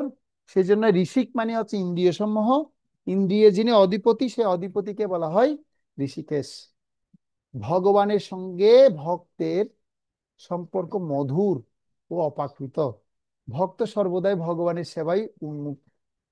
ঠিক তেমনি ভগবানও তার ভক্তের কোন রকম পরিচর্যা করতে সুযোগের অন্বেষণ করেন। সুযোগ পেলেই ভগবানও তার ভক্তের সেবা করতে তিনি শুরু করেন। ভগবান যখন তার শুদ্ধ ভক্তের আদেশ অনুসারে তাকে পরিচর্যা করার সুযোগ পান, তখন তিনি অসীম আনন্দ উপভোগ করেন।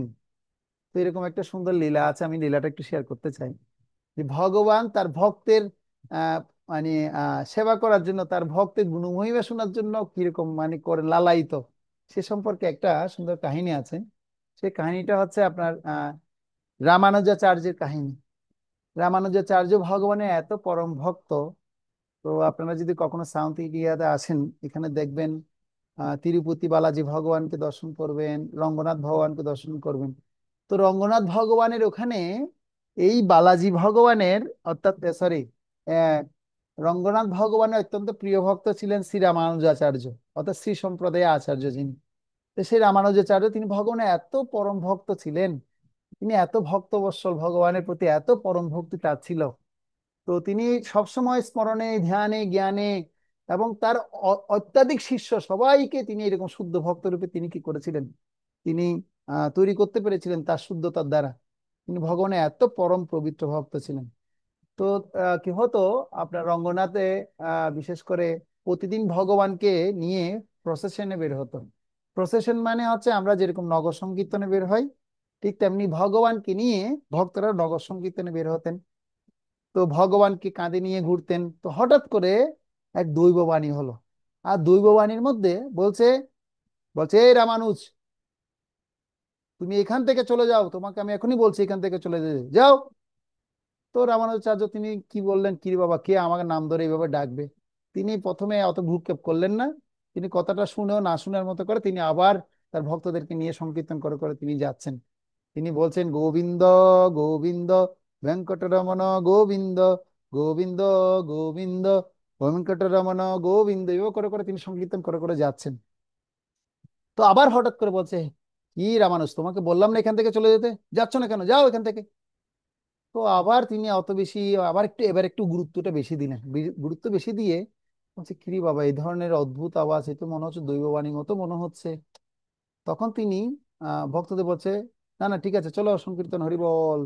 সংকীর্তন করছে, করতে করতে যখন আবার এগিয়ে গেছে, আবার রামানুজাচার্যকে এমন ভাবে বলছে, তোমাকে যেতে বলছে তুমি যাচ্ছ না, কথা শুনছো না কেন তুমি, যাও, যেতে বলছি যাও। তারপর তিনি থেমে গেলেন। থেমে গিয়ে তিনি তার ভক্তদেরকে বলছে, হে ভক্তবৃন্দ, আপনারা ভগবানকে নিয়ে প্রসেশনে এগিয়ে যান, আমি একটু এখান থেকে প্রস্থান করছি, আমার একটু সেবা পড়ে গেছে। তো এই বলে তিনি যখন প্রস্থান করলেন, তখন ভগবান হ্যাঁ, তখন কি করলেন রঙ্গনাথ ভগবান, এবার কি করছেন, উচ্চারণ করে করে বলছে, এ ভক্তবৃন্দ, দাঁড়াও দাঁড়াও দাঁড়াও, এতক্ষণ ধরে তো তোমরা আমার গুণকীর্তন করে করে গোবিন্দ গোবিন্দ বলে অনেক উচ্চ চেঁচামেচি করেছো। এবার আমি তোমাদেরকে বলছি যে এখান থেকে রামানুজাচার্য চলে গেছেন, এবার তার গুণমহিমা আমি একটু শুনতে চাই, তোমরা একটু তার গুণমহিমা কি একটু আমাকে বলবে, আমাকে একটু শোনাবে, তার কত গুণ আছে আমি একটু শুনতে চাই। তো ভক্তের গুণ ভগবান শোনার জন্য অত্যন্ত লালায়িত। তার একটা প্রত্যক্ষ প্রমাণ আছে এই যে রঙ্গনাথ ভগবানের দৃষ্টান্ত থেকে আমরা দেখতে পাই। তো পরবর্তীতে ভক্তরা তখন সবাই এমন উচ্ছ্বাস আনন্দে কি করছেন, গুরুদেবের মহিমা বর্ণনা করছেন। এই কীর্তন করতে করতে করতে করতে প্রায় 100টিরও অধিক শ্লোক তারা রচনা করেছেন ভগবানের সামনে। আর সেই শ্লোক রচনা করার কারণে সেই শ্লোককে বলা হয় নুক্তা দোদি। নুক্তা দোদি, নুক্তা মানে স্তোত্র, দোদি মানে 100, অর্থাৎ 100 স্তোত্রের অধিক স্তোত্র রচনা করেছেন বিদায় সেই স্তোত্রকে বলা হয় নুক্তা দোদি। তো আপনারা রঙ্গনাথ ধামে যদি যান, এখনো সেই প্রসেশনে সেই রামানুজাচার্যের কীর্তি গুণমহিমার এই শ্লোকগুলো স্তোত্র পাঠ করা হয়, শুনতে পারবেন। তো ভগবানও এরকম ভক্তবৎসল, সেই জন্য বলা হচ্ছে তিনি কেন ভক্তবৎসল, তার গুরুত্ব আরোপ করে প্রভুপাদ এখানে তাৎপর্য বর্ণনা করেছেন। কি বলছে দেখুন, ভগবানের সঙ্গে ভক্তের সম্পর্ক মধুর এবং অপাকৃত। ভক্ত সর্বদাই ভগবানের সেবায় উন্মুখ। ঠিক তেমনি ভগবানও ভক্তের কোন রকম পরিচর্যা করতে সুযোগের অন্বেষণ করেন। যেমন এই যে আমরা এখন দেখতে পেলাম ভগবান তিনি স্বয়ং তার ভক্তের গুণমহিমা শোনার জন্য কি করছেন, অত্যন্ত লোলুপ, হ্যাঁ, অন্বেষণ করেন। ভগবান যখন তার শুদ্ধ ভক্তের আদেশ অনুসারে তাকে পরিচর্যা করার সুযোগ পান, তখন তিনি অসীম আনন্দ উপভোগ করেন। ভগবান হচ্ছেন সর্বলোক মহেশ্বরম, সুরিদাম সর্বভূতানাম সর্বলোক মহেশ্বরম। যেহেতু তিনি হচ্ছেন পরম প্রভু, প্রত্যেকে তার আদেশের অধীন, এবং তাই তাকে আদেশ দেওয়ার মতো তার ঊর্ধ্বে আর কেউই নেই। কিন্তু যখন তিনি দেখেন যে কোনো শুদ্ধ ভক্ত তাকে আদেশ করেছেন, তখন তিনি দিব্য আনন্দ লাভ করেন, যদিও সকল অবস্থাতে তিনি হচ্ছেন অভ্রান্ত প্রভু। ভগবানের শুদ্ধ ভক্ত রূপ অর্জুন কখনোই কৌরবদের সঙ্গে যুদ্ধ করতে চাননি কোন রূপ, কিন্তু কোন রকম শান্তিপূর্ণ মীমাংসা করতে অনাগ্রহী দুর্যোধনের দুর্দমনীয় মনোভাব তাকে যুদ্ধ অবতীর্ণ করতে বাধ্য করেছিল। তাই তিনি যুদ্ধের আগে একবার দেখে নিতে চেয়েছিলেন তার বিপক্ষে যুদ্ধ করতে কে কে সেই রণাঙ্গনে উপস্থিত হয়েছিলেন। যদিও যুদ্ধক্ষেত্রে শান্তি স্থাপন করার কোনো প্রশ্নই উঠে না, তবুও যুদ্ধের আগে অর্জুন একবার সকলকে দেখতে চেয়েছিলেন। তিনি দেখে নিতে চেয়েছিলেন সে যুদ্ধে, সে অন্যায় যুদ্ধে কৌরবেরা কতখানি উৎসাহ ছিল। কারণ পাণ্ডবরা তো জানতেন যে আসলে এটা পুরোপুরি অন্যায় অধর্ম আচরণ হচ্ছে। আর এই অন্যায় অধর্ম এর মধ্যে কারা কারা অত্যন্ত উৎসুক, তাদেরকে একবার তিনি সুন্দর মতো কি করতে চেয়েছেন, দেখে নিতে চেয়েছিলেন। তো সেজন্য এই অচ্যুত ভগবান তিনি কেন অচ্যুত হয়েছে সেটা আমরা জানতে পারলাম। তো প্রভুপাদ তিনি এই শ্লোকের আলোকে তিনি একটা লেকচার প্রদান করেছেন। সে লেকচার থেকে তিনি সেখানে বলছেন যে আমরা ভগবান থেকে তত্ত্ব পাই যে জীব হচ্ছে যাত্রী, আর আমরা হচ্ছি জীব হচ্ছে যাত্রী, তার মানে আমরা যাত্রী, চালক হলেন ভগবান। আর জড়াশক্তি বা মায়ার দ্বারা নির্মিত এই দেহটি হচ্ছে যন্ত্র, যন্ত্র রূঢ়ানি মায়া। ঠিক যেমন কেউ একটি মোটর কার বানায় এবং সেখানে যাত্রী থাকে এবং চালক থাকে, তদ্রূপ এই দেহটি হচ্ছে মায়া নির্মিত একটি যন্ত্র। আমি হচ্ছি যাত্রী, ভগবান হচ্ছেন চালক।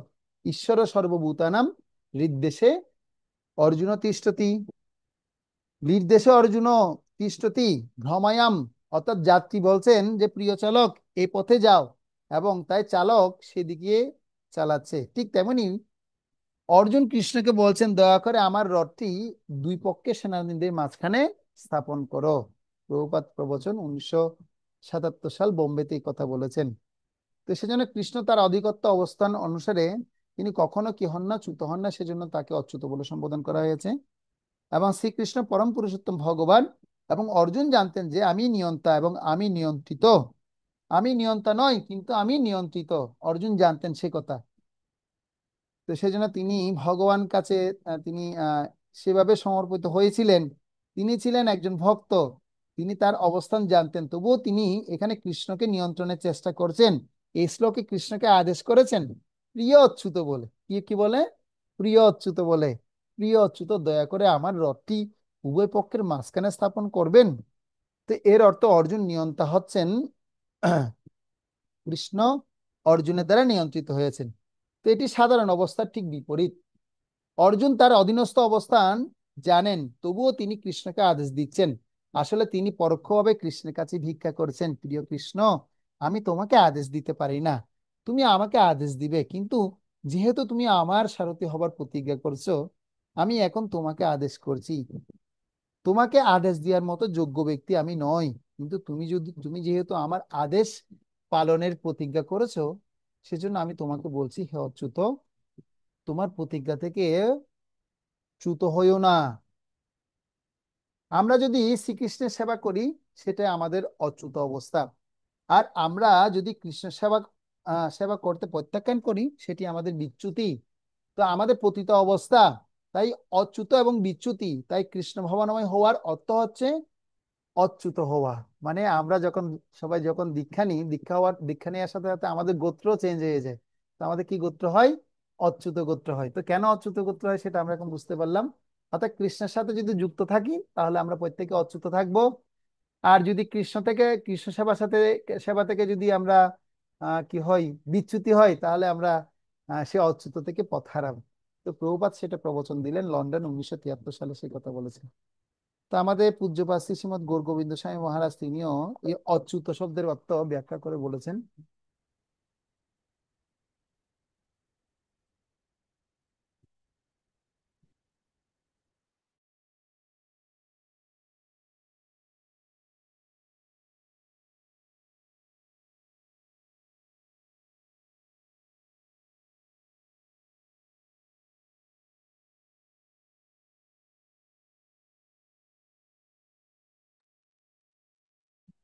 হরে কৃষ্ণ।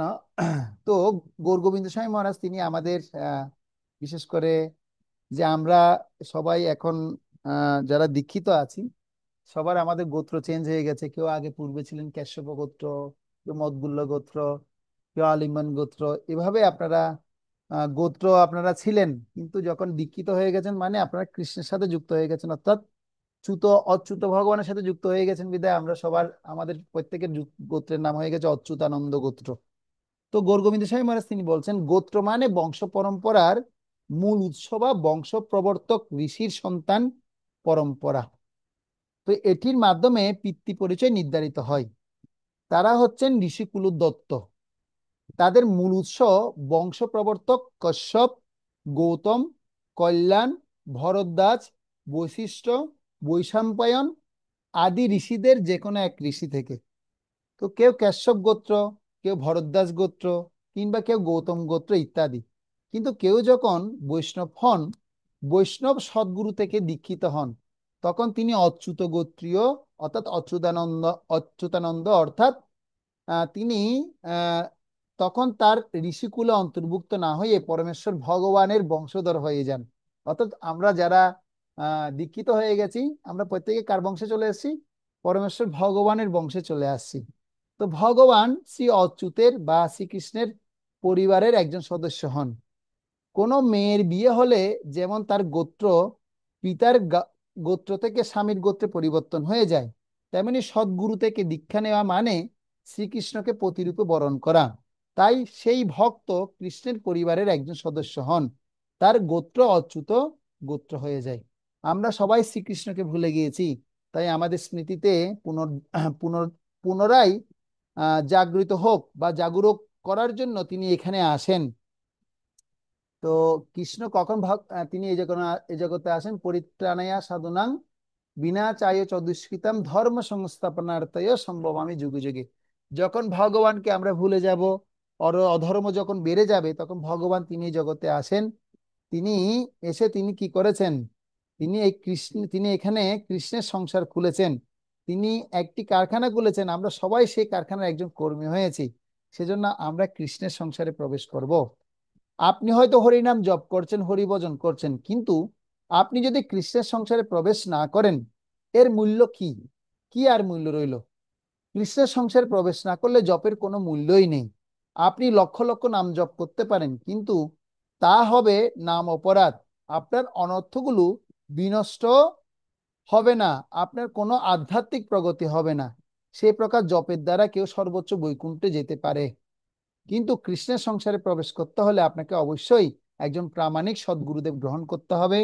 আপনি একজন সেবক, আর তাই গুরুগৃহে প্রবেশ করে আপনাকে সেবা অর্পণ করতে হবে। তখন আপনি পূর্ণতা প্রাপ্ত হবেন, অন্যথায় কেউ পূর্ণতা লাভ করতে পারে না। যাহার প্রসাদে ভাই এভাব তরিয়া যায়, কৃষ্ণ প্রাপ্তি হই যাহা হইতে। গুরু সংসারে প্রবেশ করে আমরা কি চাই? আমরা কি কেবল নিতেই থাকবো? গুরু আমাদেরকে এত কিছুই দিয়েছেন, কিন্তু আপনি যদি গুরু গৃহে কোনো সেবা না করেন তাহলে কোনো লাভই নেই। সেজন্য গুরু বলেন, এসো আমার আশ্রমে যোগ দাও। সেটা হচ্ছে কৃষ্ণের সংসার, তাহলে তোমার সব অনর্থ দূর হয়ে যাবে। তাই আপনার কায়, মন, বাক্য, বুদ্ধি, আত্মা সবকিছুতেই গুরুদের সেবায় অর্পণ করুন। সেজন্য আমরা যখন আমাদের দীক্ষা হয়, দীক্ষা হওয়ার সময় দীক্ষাকালে শিষ্য করে আত্মসমর্পণ, সেই কালে, সেই সময় মানে সে সময় কি করে, সেই কালে কৃষ্ণ তারে করে আত্মসম, মানে যখন আমরা দীক্ষার সময় আত্মসমর্পণ করি তখন গুরু কৃষ্ণ তখন কি করেন, গুরু রূপে তিনি কি হন, আমাদের হৃদয়কে গ্রহণ করেন। সবকিছু গুরুদেবের সেবায় অর্পণ করা আমাদের সেজন্য উচিত। গুরু গৃহ হচ্ছে একটি কারখানা, এবং গুরু ব্যতীত আর কে আমাদেরকে কৃষ্ণের চাকরি দিবেন? তাই আমরা হচ্ছে সেই কারখানার একজন কর্মী। আর আমাদের গুরু গুরু গুরু দায়িত্ব হচ্ছে কি, কৃষ্ণের সেবা করা, কৃষ্ণ সেবা যজ্ঞ। আপনি যতক্ষণ সেবা যজ্ঞে যোগদান না করেন আপনি প্রকৃত উপকার পাবেন না। তো তার মানে আমরা এই শ্লোকের অর্থে শ্রী শ্রীমৎ গৌর গোবিন্দ স্বামী মহারাজের একটু কথাও জানলাম। সেজন্য অচ্যুত শব্দের অর্থ তাহলে আমরা যথাযথভাবে যদি বুঝতে চাই, এক কথায় আনসার হচ্ছে আমাদের পরমেশ্বর ভগবান শ্রীকৃষ্ণের সেবায় যুক্ত হতে হবে, তার প্রতিনিধির নিকট আমাদের আত্মসমর্পণ করতে হবে, তার কথা মতো আমাদের কৃষ্ণ সেবায় যুক্ত হতে হবে।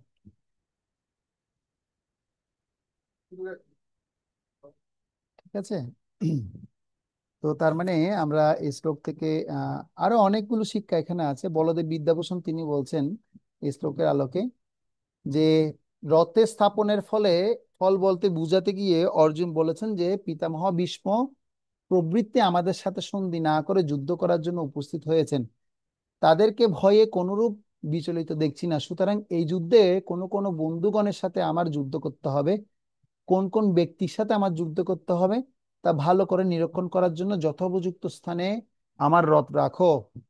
যদি ব যদি বলো হে অর্জুন, তুমি তো যুদ্ধ নিরীক্ষক বা যুদ্ধের দর্শক নও, প্রতিপক্ষীয় যোদ্ধাদেরকে দেখে তোমার কি লাভ হবে, বরং তুমি যুদ্ধের উপযোগী কার্য করো। তার উত্তরে অর্জুন বললেন যে সর্বাগ্রে যুদ্ধগণকে দর্শন করার কৌতূহল আমার হচ্ছে, কারণ পাপপরায়ণ দুর্যোধনের হিতাবিলাসী হয়ে নানা দেশ হতে রাজন্যবর্গ অস্ত্রশস্ত্র নিয়ে যুদ্ধক্ষেত্রে সমাগত হয়েছেন। এরা কখনো সন্ধি করবেন না। সুতরাং যুদ্ধক্ষেত্রে সমাগত হয়ে এই সকল প্রতিদ্বন্দ্বীদেরকে দর্শন করতে আমার বিশেষ আগ্রহ হয়েছে। যতক্ষণ আমি তাদেরকে দর্শন করব ততক্ষণ পর্যন্ত উভয় সৈন্যের মধ্যে রথস্থলে রথ স্থাপন করো। এই কথা বলেছেন, সেটা আমরা দেখতে পেয়েছি। এবার 23 নম্বর শ্লোক আমরা দেখব। এই শ্লোকের সাথে 23 নম্বর শ্লোকের সাথে 22 নম্বর শ্লোকের লিঙ্ক হচ্ছে, অর্জুন হঠাৎ উভয় পক্ষের সৈন্যদের দর্শনের ইচ্ছা হলো, কেন হলো তা পরের শ্লোকে এখন বলবে, 23 নম্বর শ্লোকে এখন বলবে।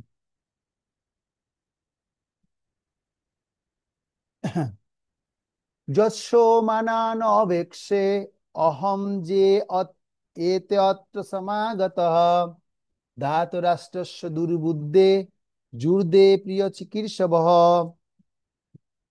তো এই শ্লোকে অনুবাদে বলছে, ধৃতরাষ্ট্রের দুর্বুদ্ধি সম্পন্ন পুত্রকে সন্তুষ্ট করার বাসনা করে যারা এখানে যুদ্ধ করতে এসেছে তাদের আমি দেখতে চাই। কারা কারা এসছে এবার আমি দেখতে চাই। তো এখন দেখবে কারা কারা আসছে। তো ধাতরাষ্ট্রস্য দুর্বুদ্ধি সম্পর্কে শিল প্রভুপাদ বলছে, অন্যের ধন হরণ করা হচ্ছে দুর্বুদ্ধি। কেন আপনি অন্যের ধনে হস্তক্ষেপ করছেন, সেটা ভালো নয়। তেন তেক্তেন ভুঞ্জিতা মা হৃদ কস্য সিদ্ধনম। উপনিষদের প্রথম মন্ত্রে এই কথা বলা হচ্ছে যে এটা হচ্ছে বৈদিক নির্দেশ। ভগবান আপনার জন্য যা বরাদ্দ রেখেছেন তেন তেক্তেন ভুঞ্জিতা, মা গৃদ কস্য সিদ্ধনম, ততটুকু শুধুমাত্র কি করা উচিত, গ্রহণ করা উচিত, সন্তুষ্ট থাকা উচিত। অন্যের সম্পত্তির প্রতি লোভ করা উচিত নয়। সবকিছুরই মালিক হচ্ছেন ভগবান শ্রীকৃষ্ণ।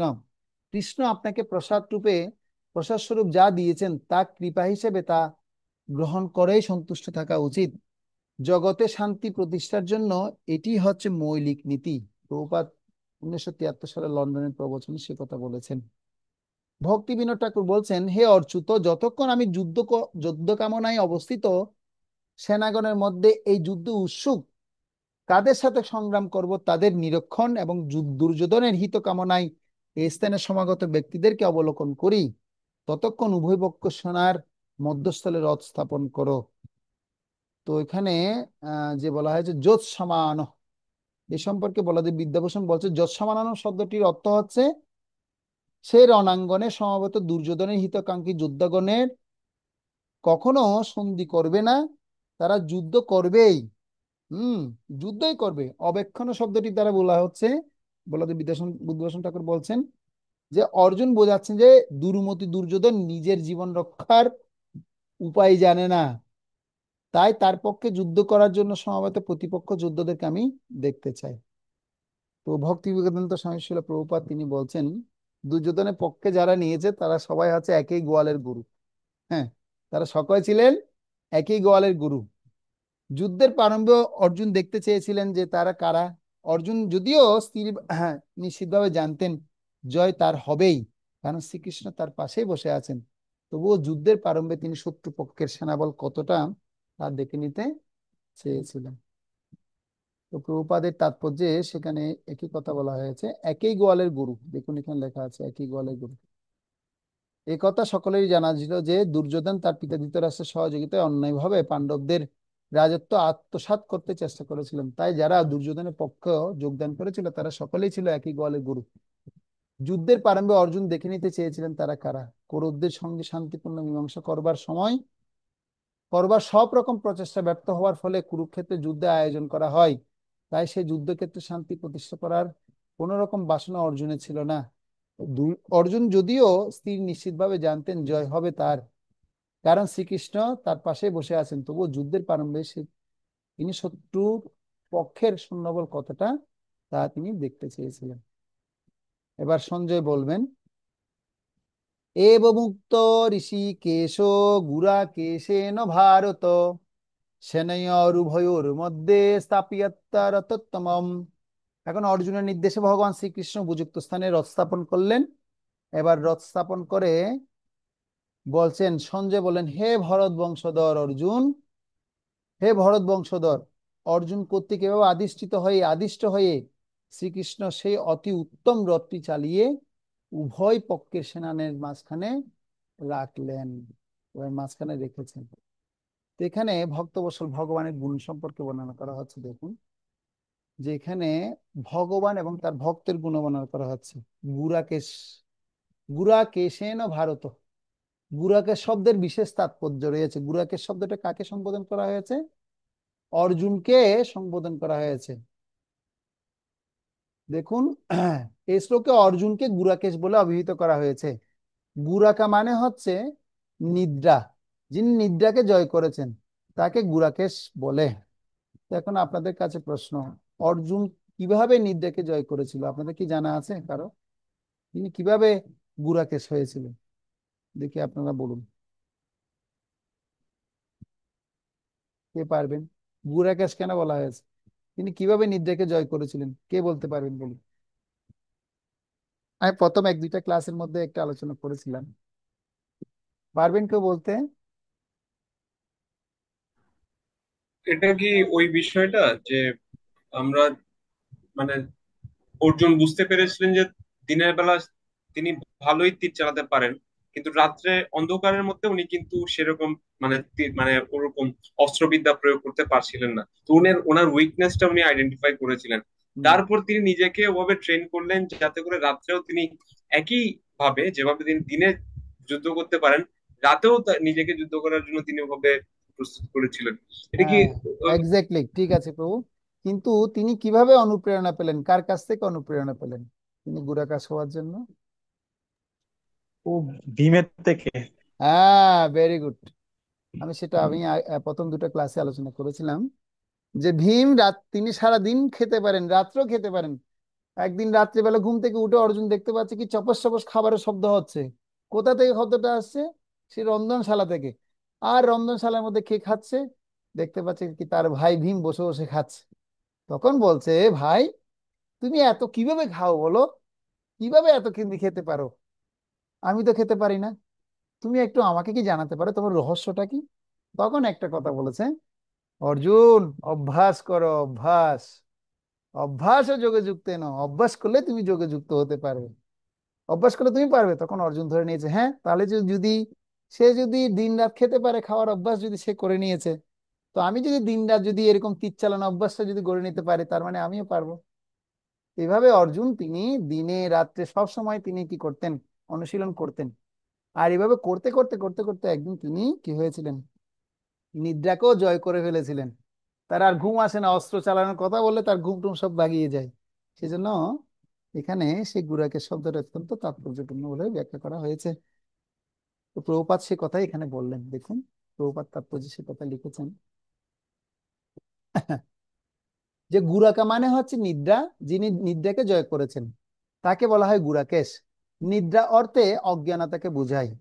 তো আমরা অনেক সময় কি করি, নিদ্রাটা স্বাভাবিকভাবে ঘুমানোর ক্ষেত্রে ব্যবহার করি, কিন্তু নিদ্রা শব্দটি শুধু ঘুমানোর জন্য ব্যবহার করা হচ্ছে না। নিদ্রাটা দুই জায়গায় ব্যবহার করা হয়, একটা হচ্ছে অজ্ঞানতা, আরেকটা হচ্ছে ঘুমানো বা অন্ধকার। তো আমরা এই নিদ্রাকে তামসিক অবস্থা বলে ধরে নিই। তো কেউ যদি দিব্য জ্ঞানে অধিষ্ঠিত না থাকে, দিব্য জ্ঞান অনুশীলন যদি চর্চা না করে, তাহলে তাকেও এরকম কি বলা হচ্ছে? তাকে এরকম অন্ধকারময় জীবন যাপনে সে রয়েছে, তাকেও অন্ধ বলা হচ্ছে। যেরকম ধৃতরাষ্ট্র, তিনি যেরকম নিজের চোখে অন্ধ ছিলেন, সে সাথে তিনি ধার্মিক ভাবেও অন্ধ ছিলেন।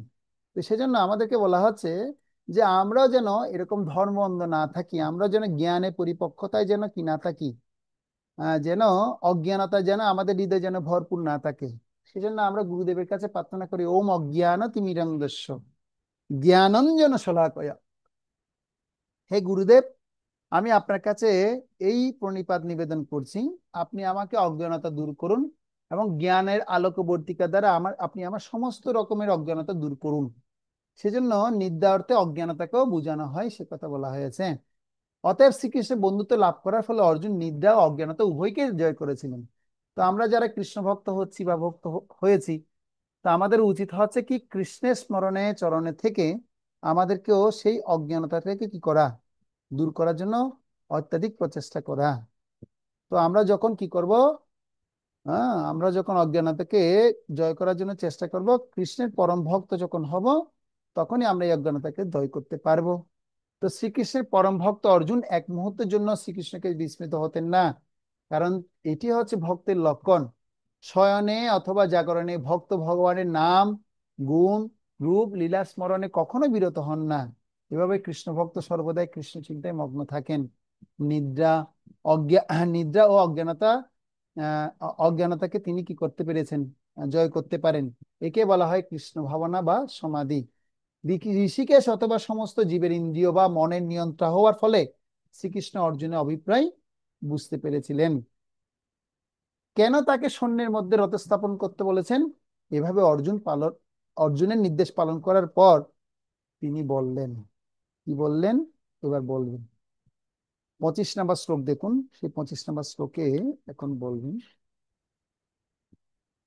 তো তার মানে আমরা এই শ্লোকে আহ দুটো শব্দ জানলাম, একটা হচ্ছে গুরাকের শব্দের অর্থ জানলাম, ঋষিকের শব্দের অর্থ আমরা আগে শুনতে পেয়েছি, আরেকটা হচ্ছে কি নিদ্রা বা অজ্ঞানতার কথা এখানে বর্ণনা করা হয়েছে।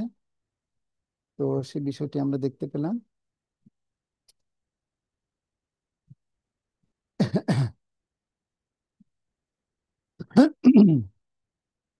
বিশ্বনাথ চক্রবর্তী ঠাকুরও তিনি এই শ্লোকের আলোকে সে একই কথা বলছেন যে ভগবান যে ভক্তের প্রেমে কিভাবে বশীভূত হন হয়ে যান, এই শ্লোকে তাই বর্ণনা করা হয়েছে। গুরাকেশনা শব্দটি অত্যন্ত তাৎপর্যপূর্ণ। গুর যোগ আকেশ, অর্থাৎ গুরাকেশ। গুড় যেরকম মধুরতা প্রকাশ করে, ঠিক সেই রকম ভাবে ভগবানও তার ভক্তের প্রতি স্নেহরস প্রদান করেন। আকের শব্দ অর্থ হচ্ছে আ মানে হচ্ছে বিষ্ণু, ক মানে হচ্ছে ব্রহ্মা, ইস মানে হচ্ছে শিব। অর্থাৎ সমস্ত অবতারগণের অবতারী শ্রীকৃষ্ণ যেখানে প্রেমাধনী হয়ে অর্জুনের বশীভূত হয়েছেন, সেখানে ব্রহ্মা, বিষ্ণু ও মহেশ্বর এই তিন গুণ অবতারের যে অর্জুনের উপর প্রসন্ন, তার বশীভূত হবেন, সে সম্পর্কে আর কি সন্দেহ আছে? বিশ্বনাথ চক্রবর্তী এভাবেই বর্ণনা করেছেন। আ মানে হচ্ছে বিষ্ণু, ক মানে হচ্ছে ব্রহ্মা, ইস মানে হচ্ছে শিব। তো আকে শব্দের অর্থ পেলাম, আর গুর মানে হচ্ছে মধুরতা। তো কিন্তু ভগবান নিজেই স্নেহরস প্রকাশ করে নিজেকে কৃতার্থ মনে করেন। যেমন ভাগবতমের দশম স্কন্ধের 89 অধ্যায়ের 58 নম্বর শ্লোকে বলা হয়েছে, এমনকি শ্বেতা দীপা দ্বিপতি পরব্যোমনাথ নারায়ণ, ও কৃষ্ণ অর্জুনকে দর্শনের বাসনা করেছিলেন এবং সেই জন্য তিনি ব্রাহ্মণের 9টি সন্তানকে চুরি করেছিলেন। গুরাকে শব্দে আরেকটি অর্থ হচ্ছে গুরাকা বা নিদ্রা। ঈশ শব্দের অর্থ হচ্ছে যিনি জয় করেছেন। সুতরাং যিনি নিদ্রাকে জয় করেছেন তিনি গুরাকাশ। আরেকটি অর্থ হচ্ছে অর্জুন তার প্রেম দ্বারা সাক্ষাৎ মায়ার নিয়ন্তা কৃষ্ণকে পর্যন্ত জয় করেছেন। এই এই অর্জুন যে নিদ্রাকে জয় করবেন, তাতে আর আশ্চর্য কি আছে? তো সেটা আমরা দেখতে পেলাম, যেহেতু তিনি ভগবানের ভক্ত, তিনি নিদ্রাকে জয় করতেই পারেন। তো আমাদের বিশেষ করে নিদ্রাকে জয় করার ক্ষেত্রে আহ শিলা ভীষ্মদেব তিনি কি করেছেন, ভীষ্মদেব পিতামহ ভীষ্মদেব তিনি একটা উপদেশ দিয়েছেন, যদি নিদ্রাকে যদি জয় করতে চাই তাহলে আমাদের অবশ্যই আধ্যাত্মিক অনুশীলন প্রত্যেককে করতে হবে। আধ্যাত্মিক অনুশীলনতা যার যে যত বেশি বাড়াবে, সে নিদ্রাকে তত বেশি জয় করতে পারবে। তো প্রভুপাদও সে কথা বললেন। প্রভুপাদ এই বিষয়ে একটা সুন্দর তাৎপর্য তিনি ব্যাখ্যা করেছেন, প্রবচন দিয়েছিলেন তিনি লন্ডনে 1973 সালে এই শ্লোকের আলোকে। তো এখানে সঞ্জয় এই কথাগুলো বলছেন। সঞ্জয় উবাচ, সঞ্জয় ছিলেন ধৃতরাষ্ট্র সচিব, সে কথা আমরা সবাই শুনতে পেরেছি এবং জেনেছি। তো বর্তমানে বিজ্ঞান যদিও অনেকটা অগ্রসর হয়েছে, প্রভুপাদ বলছেন দেখুন, যে কিন্তু তা এখনো জড় স্তরে বিরাজ করছেন। জড় মানে স্থূল বা জড় অথবা সূক্ষ্ম। সূক্ষ্ম জড় সকলেই 5টি স্থূল জড় উপাদান দেখতে পায়, কিন্তু মন বুদ্ধিকে দেখতে পায় না। সেগুলো জড় বস্তু, কিন্তু সেগুলো হচ্ছে সূক্ষ্ম। টেলিভিশন যন্ত্রটি স্থূল উপাদান দিয়ে তৈরি, কিন্তু হয়তো ভবিষ্যতে সূক্ষ্ম জড় বস্তু দিয়েও আরেকটি মেশিন আবিষ্কার হতে পারে। সেরকম সূক্ষ্ম যন্ত্র এখনো আবিষ্কৃত হয়নি, কিন্তু এখনো আমরা দেখতে পাচ্ছি যে ভগবদ গীতাতেও সূক্ষ্ম জড় আবিষ্কার রয়েছে। তা না হলে কিভাবে সঞ্জয় হস্তিনাপুরে বসে কুরুক্ষেত্রের সমস্ত ঘটনা দেখতে সক্ষম হলেন? সাধারণ লোকেরা বৈজ্ঞানিক প্রগতি নিয়ে অত্যন্ত গর্বিত, কিন্তু সূক্ষ্ম স্তরে তাদেরকে এখনো অনেক দূরে যেতে হবে এবং সূক্ষ্ম বস্তুর ঊর্ধ্বে চিন্ময় পরিচিতি হয়। তো চিন্ময় দেহ বা চিন্ময় আত্মা হচ্ছে আরো সূক্ষ্ম। তো আমরা যখন কোনো মানুষকে দেখি, তখন আমরা কি দেখি? আমরা আমাদের ইন্দ্রিয়গুলি দেখি, কিন্তু আমরা ইন্দ্রিয়গুলিকে নিয়ন্ত্রণকে দেখতে পারি? দেখতে পারি না। ইন্দ্রিয়ের নিয়ন্ত্রণ হচ্ছে মন, এবং মনের নিয়ন্ত্রণ হচ্ছে বুদ্ধি। বুদ্ধির মালিক হচ্ছে আত্মা। যখনই আমরা বুদ্ধিকে দেখি, আমাদের মনে প্রশ্ন জাগে, কার বুদ্ধি? এটি হচ্ছে আত্মার বুদ্ধি। বুদ্ধি কোথা থেকে এসেছে? পরমাত্মা বা ঋষিকেশ হতে। সেজন্য এখানে ঋষিকেশ শব্দটি ব্যবহৃত হয়েছে। বুদ্ধি আসে পরমাত্মা থেকে। বুদ্ধি ছাড়া আমরা কোনো কার্য করতে পারি না। যেমন কোনো শিশুর বুদ্ধি থাকে, কিন্তু সে বুদ্ধি পরিচালিত হয় পিতামাতার বুদ্ধির দ্বারা। প্রিয় পুত্র, এভাবে কারো বা এবং সে কারো এবং সে সেটা করে, তদ্রূপ আমাদের মন ও বুদ্ধি রয়েছে, কিন্তু তা কৃষ্ণের অত্যুন্নত বুদ্ধিমত্তার দ্বারা নির্দেশিত হয়েছে। তাকে বলা হয় ঋষিকেশ। তাই সেই ঋষিকেশের সাথে কথা বলার স্তরে আমাদেরকে পৌঁছাতে হবে। সেটি হচ্ছে চিন্ময় স্তর। সেটা সম্ভব আপনি যত শুদ্ধ হবেন, তত বেশি আপনার অন্তর অন্তর হতে ঋষিকেশের নির্দেশনা আপনি তত পাবেন। প্রভুপাদ সেটা লন্ডনে 1973 সালে সে কথা বললেন। শুদ্ধন্তে তস্মৈ প্রভ বিষ্ণুবে নমঃ নমঃ। ভাগবতম একটা শ্লোকের অংশ বলছে, যত আমরা ভগবান বিষ্ণুর চরণে ধ্যানে মগ্ন থাকবো তত আমি শুদ্ধ হব, এবং শুদ্ধ হতে হতে হতে হতে আমার হৃদয়ের মধ্য থেকে মায়াবাদী জ্ঞান, আমার বুদ্ধিদীপ্তি মানে আমাদের উজ্জ্বল বিশেষ করে প্রতিষ্ঠা জ্ঞান, তারপর অহংকারী জ্ঞান, সমস্ত জ্ঞানগুলো বিদূরিত হয়ে যাবে। যেরকম চতুষ্কুমাররা প্রথম দিকে ছিলেন নাস্তিক এবং নির্বিশেষবাদী, কিন্তু তারা ভগবান শ্রীকৃষ্ণের চরণের তুলসীর ধ্যান আস্বাদন করার ফলে তাদের চেতনা পুরোপুরি কি হয়ে গেছে, কৃষ্ণ চেতনায় মগ্ন হয়ে গিয়েছিল। তারা সবাই সবিশেষ রূপে ফিরে পেয়ে গেছিলেন, তারা সবিশেষ রূপে ভগবানকে আরাধনা করতে সক্ষম হয়েছিলেন। তো আমরা ঠিক তেমনি যদি আমরা কৃষ্ণের চরণে যে যত বেশি ধ্যানে মগ্ন হব তত বেশি আমরা শুদ্ধ হতে পারবো। এরপর কি ঘটলো সেটা এখন 25 নম্বর শ্লোকে বলবো। ভীষ্ম দ্রোণ প্রমুখথ সর্বেষাং চ মহিষ্কৃতাম উবাচ পার্থ পুষ্যৈতান সমবেতান কুরো নীতি। তো এখানে বলছে ভীষ্ম দ্রোণ প্রমুখ পৃথিবীর অন্য সমস্ত নৃপতিদের সামনে ভগবান ঋষিকেশ বললেন, হে পার্থ, এখানে সমবেত সমস্ত কৌরবদের দেখো। এ সম্পর্কে প্রভুপাদ খুব সুন্দর মতো একটা তাৎপর্য ব্যাখ্যা করেছে। তো তাৎপর্যটা একজন পড়লে ভালো হবে। অনন্তশ্রী মাতাজি, আপনি তাৎপর্যটা পড়ুন তো।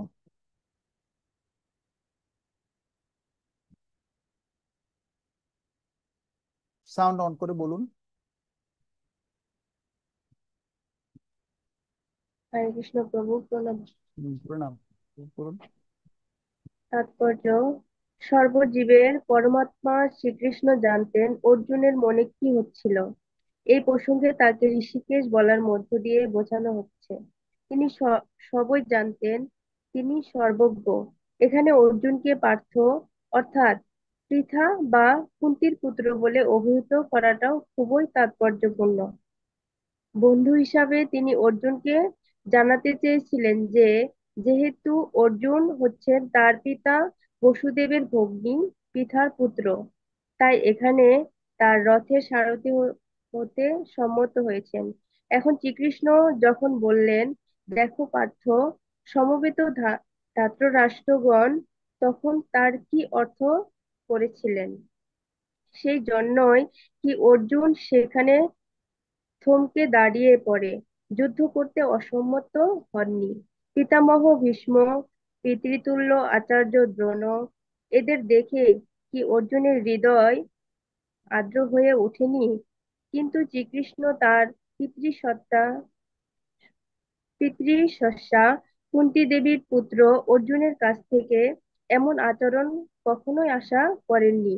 অর্জুনের মনের ভাব বুঝতে পেরে পরিহাস ছলে শ্রীকৃষ্ণ তার ভবিষ্যৎবাণী হরে করলেন। কৃষ্ণ। ধন্যবাদ মাতাজি। কৃষ্ণ। তো আপনাদেরকে আমি বলেছিলাম যে ভগবান কৃষ্ণ তিনি একটি শ্লোক ভগবদ গীতার প্রথম অধ্যায়ে বলেছেন। এটি হচ্ছে সেই শ্লোক। এই শ্লোকটা কে বলেছে দেখুন, ঋষিকেশ বললেন। ঋষিকেশ কে? ঋষিকেশ কে? ঋষিকেশ হচ্ছে ভগবান ভগবান শ্রীকৃষ্ণ। শ্রীকৃষ্ণ। তো ভগবান শ্রীকৃষ্ণ তিনি এখানে বললেন, কি বললেন? ভীষ্ম দ্রোণ প্রমুখ পৃথিবীর অন্য সমস্ত নৃপতিদের সামনে ভগবান ঋষিকেশ বললেন, হে পার্থ, হে পার্থ দেখো, এখানে সমবেত সমস্ত কৌরবদের তুমি এখন দেখো। এবার কি করছেন দেখাচ্ছেন ভগবান শ্রীকৃষ্ণ, এই কথাই তিনি বললেন। তো এখানে বিশেষ করে প্রভুপাদ বলছেন যে মনে করবেন না যে অর্জুন বিভ্রান্ত হয়েছেন। তিনি কিভাবে বিভ্রান্ত হবেন? শ্রী চৈতন্য চরিতামৃতে বলা হয়েছে, কৃষ্ণ সূর্য সম, মায়া হয় অন্ধকার, যাহা কৃষ্ণ তাহা নাহি মায়ার অধিকার। তাই গুরাকা মানে অন্ধকার, মায়া। আলো ও অন্ধকার সর্বদা পাশাপাশি রয়েছে, অর্থাৎ কৃষ্ণ হচ্ছেন আলো, কৃষ্ণ হচ্ছে সূর্য সম, আর মায়া হচ্ছে অন্ধকার। তো সেজন্য যেখানে কৃষ্ণ রয়েছেন সেখানে মায়ার কোনো অধিকারই নেই। সর্বস্ব চাহম হৃদি সন্নিবিষ্ট মত্ত স্মৃতি জ্ঞানম অপহনঞ্চ। অর্থাৎ কৃষ্ণ আপনার উদ্দেশ্য জানেন, আপনি কি করতে চান। সর্বস্ব চাহম হৃদি সন্নিবিষ্ট, আপনার হৃদয়ের কথা ভগবান কৃষ্ণ সব জানেন, এবং আপনার অতীত কি আপনার ভবিষ্যৎ কি কৃষ্ণ সবকিছুই জানেন। ভগবদ গীতায় সেটা ব্যাখ্যা করা হয়েছে, বেদাহং সমাতীতানি, আমি সবকিছুই জানি। তাই অর্জুন রথ স্থাপনের নির্দেশ দেওয়া মাত্রই কৃষ্ণ তা পালন করেছেন। এবং তিনি জানেন অর্জুন কি চেয়েছিলেন। অর্জুন দ্বিধাগ্রস্ত ছিলেন, আমার আত্মীয় এবং বন্ধুদের সাথে আমার যুদ্ধ করতে হবে, এ ধরনের তার দ্বিধাগ্রস্ত ছিল। তো বলদেব বিদ্যাভূষণ তিনি বলছেন, হ্যাঁ, শিল বলদেব বিদ্যাভূষণ ঠাকুর বলছেন, কৃষ্ণ এখানে অর্জুনকে পার্থ বলে সম্বোধন করার দ্বারা বোঝাতে চেয়েছেন, শত্রু শূন্য দর্শন করে হয়তো এখনই তুমি যুদ্ধের ইচ্ছা ত্যাগ করবে, কিন্তু সেটা করো না, কারণ তুমি পৃথার পুত্র, সুতরাং আমার পিসিমার ছেলে, অতএব আমি সাবধানেই সারথির কাজ করব। আমি যখন তোমার সারথি, তখন তোমার বিপদে কোনো আশঙ্কা নেই বলে যেন বন্ধুদের দর্শনে যে অর্জুনের শোক এবং মোহ উপস্থিত হবে, সেটা অন্তর্যামী ঋষিকেশ বুঝতে পেরেই এই উক্তি উপহাস স্বরূপে ব্যক্ত করলেন, হে পার্থ, কথাটা সেজন্য বলেছেন। তো এখন আমরা দেখতে পাচ্ছি কৌরব পক্ষে প্রায় 11 অক্ষৌহিণী যোদ্ধা ছিল, তবুও কৃষ্ণ যেহেতু সরাসরি ভাবে তিনি ভীষ্ম এবং দ্রোণের সামনে কি করেছেন, রথটা নিয়ে গেছেন, এভাবে কৃষ্ণ অর্জুনকে এই বিষয়টি দেখিয়েছেন এবং তার পিতামহ এবং গুরুদেবের বিপক্ষে যুদ্ধ করার জন্য, দৃঢ় প্রতিজ্ঞা করার জন্য তাকে তৈরি করছেন। অর্জুনের পারিবারিক বন্ধনের ব্যাপারটি কৃষ্ণ এভাবে সামনে টেনে এনেছেন যাতে তিনি ভগবত গীতা দান করতে পারেন। এই জন্য কৃষ্ণ অর্জুনকে দেখিয়ে দিচ্ছেন, উভয় পক্ষে দেখো, সব শুধু কৌরবরাই সমবেত হয়েছে, সব আমার আত্মীয় স্বজন, আমার গুরুজন, সব আমি যাদের কাছ থেকে শিক্ষা লাভ করেছি, যারা আমাকে হাতে কলমে শিখিয়েছে, সব আমার নিজজন, আমি তাদের কাছ সাথে কিভাবে যুদ্ধ করব, এখন বলা শুরু করবে কৃষ্ণ। তো এখন ব্যাপার হচ্ছে যে পারিবারিক আসক্তি কেমন শক্তিশালী, হ্যাঁ, সে কথা এখন আমরা আস্তে আস্তে এখন জানতে পারবো। ঠিক আছে। তো এখানে মহিষ্কিতম শব্দটির দ্বারা খুবই তাৎপর্য, অর্থাৎ ইস্কিতম অর্থ হচ্ছে ইচ্ছা করা। মহির 3টি অর্থ, পৃথিবী, শরীর এবং বিস্তারিত শরীর। তো ভীষ্ম দ্রোণাচার্য তারা ইচ্ছাবশত এখানে সমবেত হয়েছেন। কিরকম ইচ্ছা? মহি পৃথিবী ভোগ করতে চাই, অর্থাৎ পৃথিবী হচ্ছে ভগবানের অর্ধাঙ্গী। এটাকে রাবণ বৃত্তিও বলা হয়। যেমন রাবণ সীতাকে ভোগ করতে চেয়েছিলেন, যার এরকম রাবণ বৃত্তি আছে তাকে মহিষ্কিতাম বলা হয়। শরীরও হচ্ছে পৃথিবীর অংশ, তাই দেহ ভোগ করার ইচ্ছাকে মহিষ্কৃতম বলে বর্ণনা করা হয়েছে। তাই অর্জুনকে বলেছেন কৃষ্ণ, দেখো তোমাকে মেরে এরা ভোগ করবে পৃথিবী, এরাই তোমার বিপক্ষে আছে, দেখো। তো এখন এখানে উবাচ পার্থ, প্রথম ভগবদ্গীতা প্রথম অধ্যায়ে মাহাত্মে সেটা হচ্ছে এই শব্দ দুটি উবাচ পার্থকে বলা হয়েছে, অর্থাৎ ভগবান বলেছেন। কাকে বলেছেন? পার্থকে বলেছেন। উবাচ পার্থ মানে ভগবান কৃষ্ণ অর্জুনকে এই কথাটা বলেছে। তো পশ্যৈতান সমবেতন কুরুনীতি শব্দের অর্থ কি? হে পার্থ, সমস্ত কুরুদের দেখো এখানে। কিন্তু অর্জুনও কিন্তু কুরু। ভগবান বলতে পারতেন যে হে কুরু, এখানে হে কুরু বলে ভগবান কিন্তু সম্বোধন করতে পারতেন, কিন্তু তাই করেননি। সমস্ত কুরুদের সাথে অর্জুনের যে পারিবারিক সম্পর্ক আছে, কিন্তু পার্থ কথাটি কেন ভগবান বলেছেন, তার কারণ হচ্ছে ভগবান কৃষ্ণের সাথে অর্জুনের যে পারিবারিক সম্পর্কটা আছে সেটা তিনি জানাচ্ছেন যে তুমি আসলে আমার পিসির ছেলে, তুমি একটু আমাকে আর একটু নিজজন ভেবে তুমি চিন্তা করো, দেখো এই পার্থ, তুমি পার্থ, আবার কুরুও, তুমি কোন দলে, হ্যাঁ, আমার সাথে নাকি কুরুদের সাথে, তুমি কোন দলের, তুমি দেখো, তুমি কি আমার দলে আছো না কুরুদের দলে আছো, তুমি দেখো, চিন্তা করে দেখো। তো এখানে ভগবান অর্জুনের পরীক্ষা নিচ্ছেন, কি করবে তুমি এবার দেখো, আমার জন্য লড়াই করবে নাকি ওদের জন্য পলায়ন করবে। তো অর্জুন এখন বলবে কি করবে, অর্জুনের অবস্থা এখন সব শুনবো আমরা। অর্জুনের সাথে জীবাত্মার তুলনা করা হয়েছে। এর আগে শ্লোকে ভগবান অর্জুনকে কুরুবংশীয়দের অবলোকন করতে বলেছিলেন। এখন তিনি পরবর্তী শ্লোকে এখন বলবেন যে সঞ্জয় উভয় পক্ষের সৈন্যদলের মধ্যে অর্জুনের কর্তৃক গুরুবর্গ এবং আত্মীয়দের দর্শন সম্পর্কে তিনি এখন বলবেন। 26 নম্বর শ্লোক সবাই দেখুন। তত্র পশ্চাৎ স্থিতান পার্থ পিতৃন তো পিতামহান আচার্য মাতুলাম ভ্রাতৃন পুত্রান সংকিস্ততা শ্বশুরান সূর্যোদয়শ্চৈব সেনয়োরুভয়োরপি।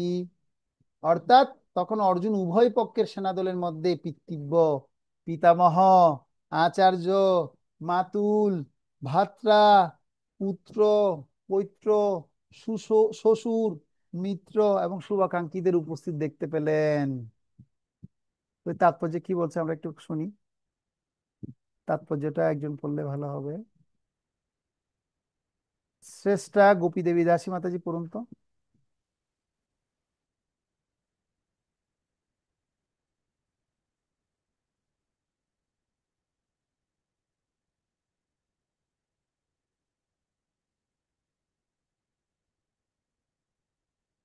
মাতাজি পড়ুন।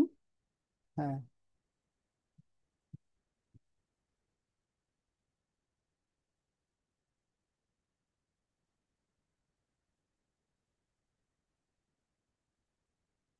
সাউন্ড অন করতে পারছেন না? শ্রেষ্ঠা গোপী দেবী দাসী, ঠিক আছে, সন্তুষ্ট প্রভু পড়ুন।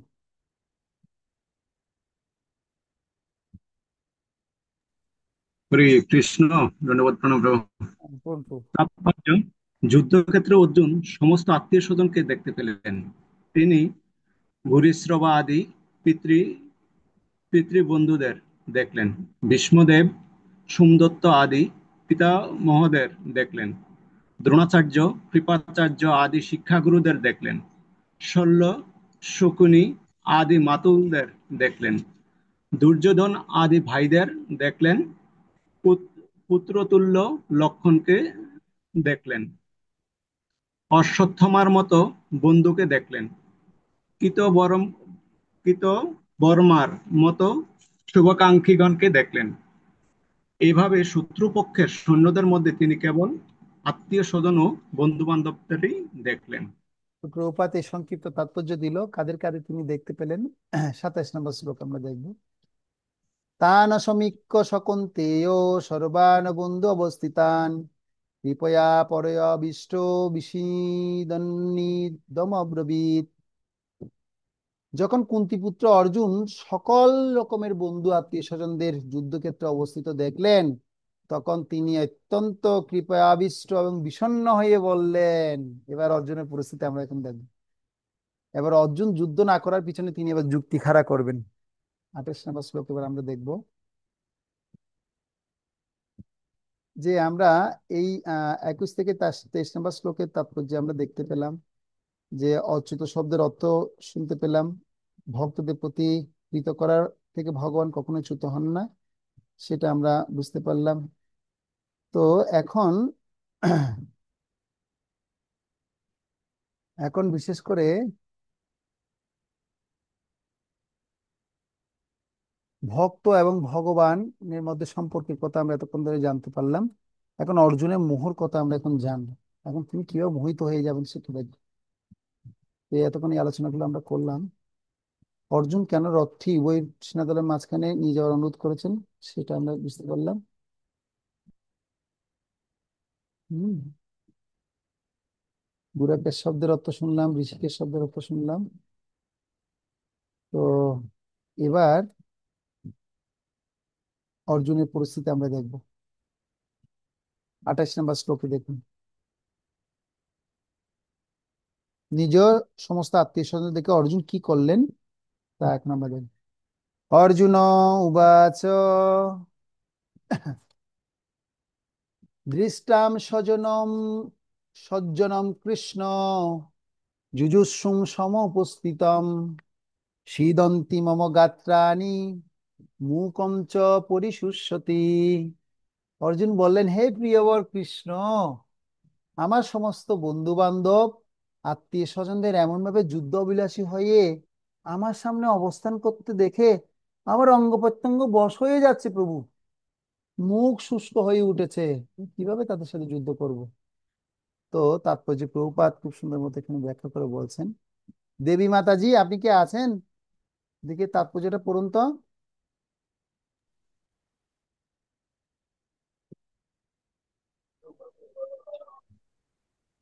হ্যাঁ, আচ্ছা প্রভু আপনি আমি আমি এখন ডেনমার্কে আমি রাস্তায় শুনে শুনে যাচ্ছি।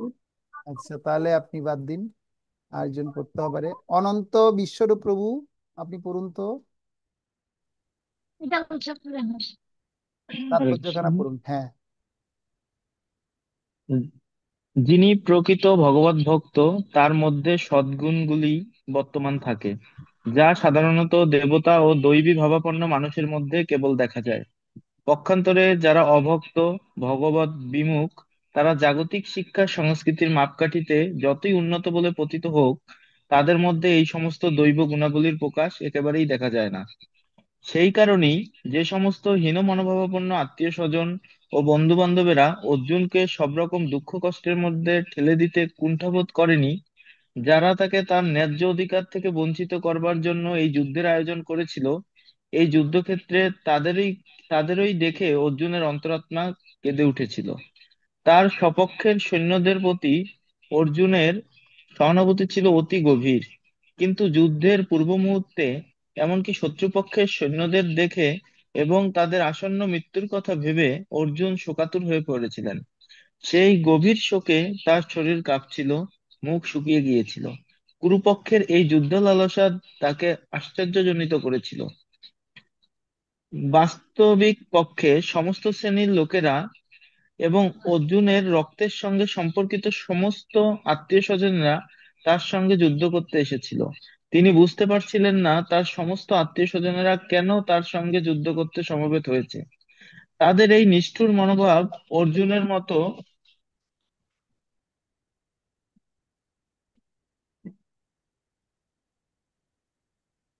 পড়ুন প্রভু। হরে কৃষ্ণ। হ্যাঁ, পড়ুন। হরে কৃষ্ণ, পড়ুন প্রভু। হরে কৃষ্ণ। হ্যাঁ প্রভু, এই একটা ফোন চলে এসেছিল। তো এখা- তাদের এই নিষ্ঠুর মনোভাব অর্জুনের মতো দয়ালু ভগবত ভক্তকে অভিভূত করেছিল।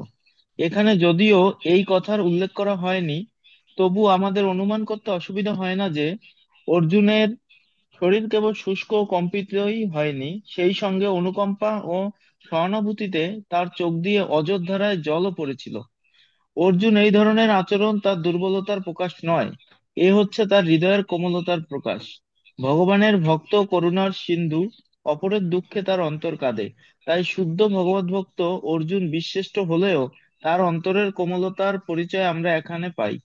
তাই শ্রীমদ্ ভাগবতে বলা হয়েছে, যস্যাস্তি ভক্তির ভগবতা কিঞ্চনা সর্বৈ গুণয়স্তত্র সমাসাতে সুরঃ হরাব ভক্তস্য কুত মহদ্গুণা মনোরথেনা সতি ধাবত বহি।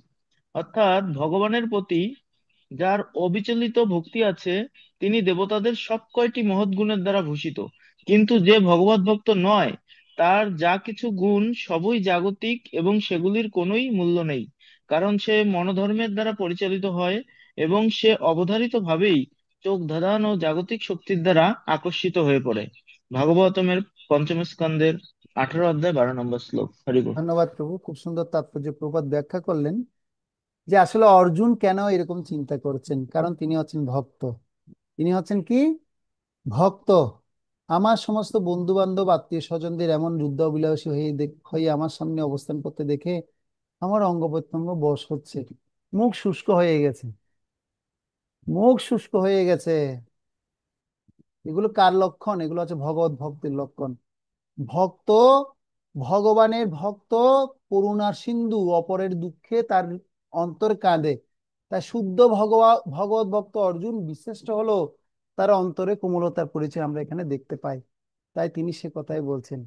তো যিনি কৃষ্ণ ভক্তি অনুশীলন করবেন, প্রভুপাদ বলছেন যে তার অবশ্যই কি হবে? যশস্তি ভক্তি ভগবতী অকিঞ্চনা সর্বে গুণস্তত্র সমাসতে সুরাহা হরাব ভক্ত সুকুত মহাদ গুণা মনোরথেন সতী ধাবতা বহি।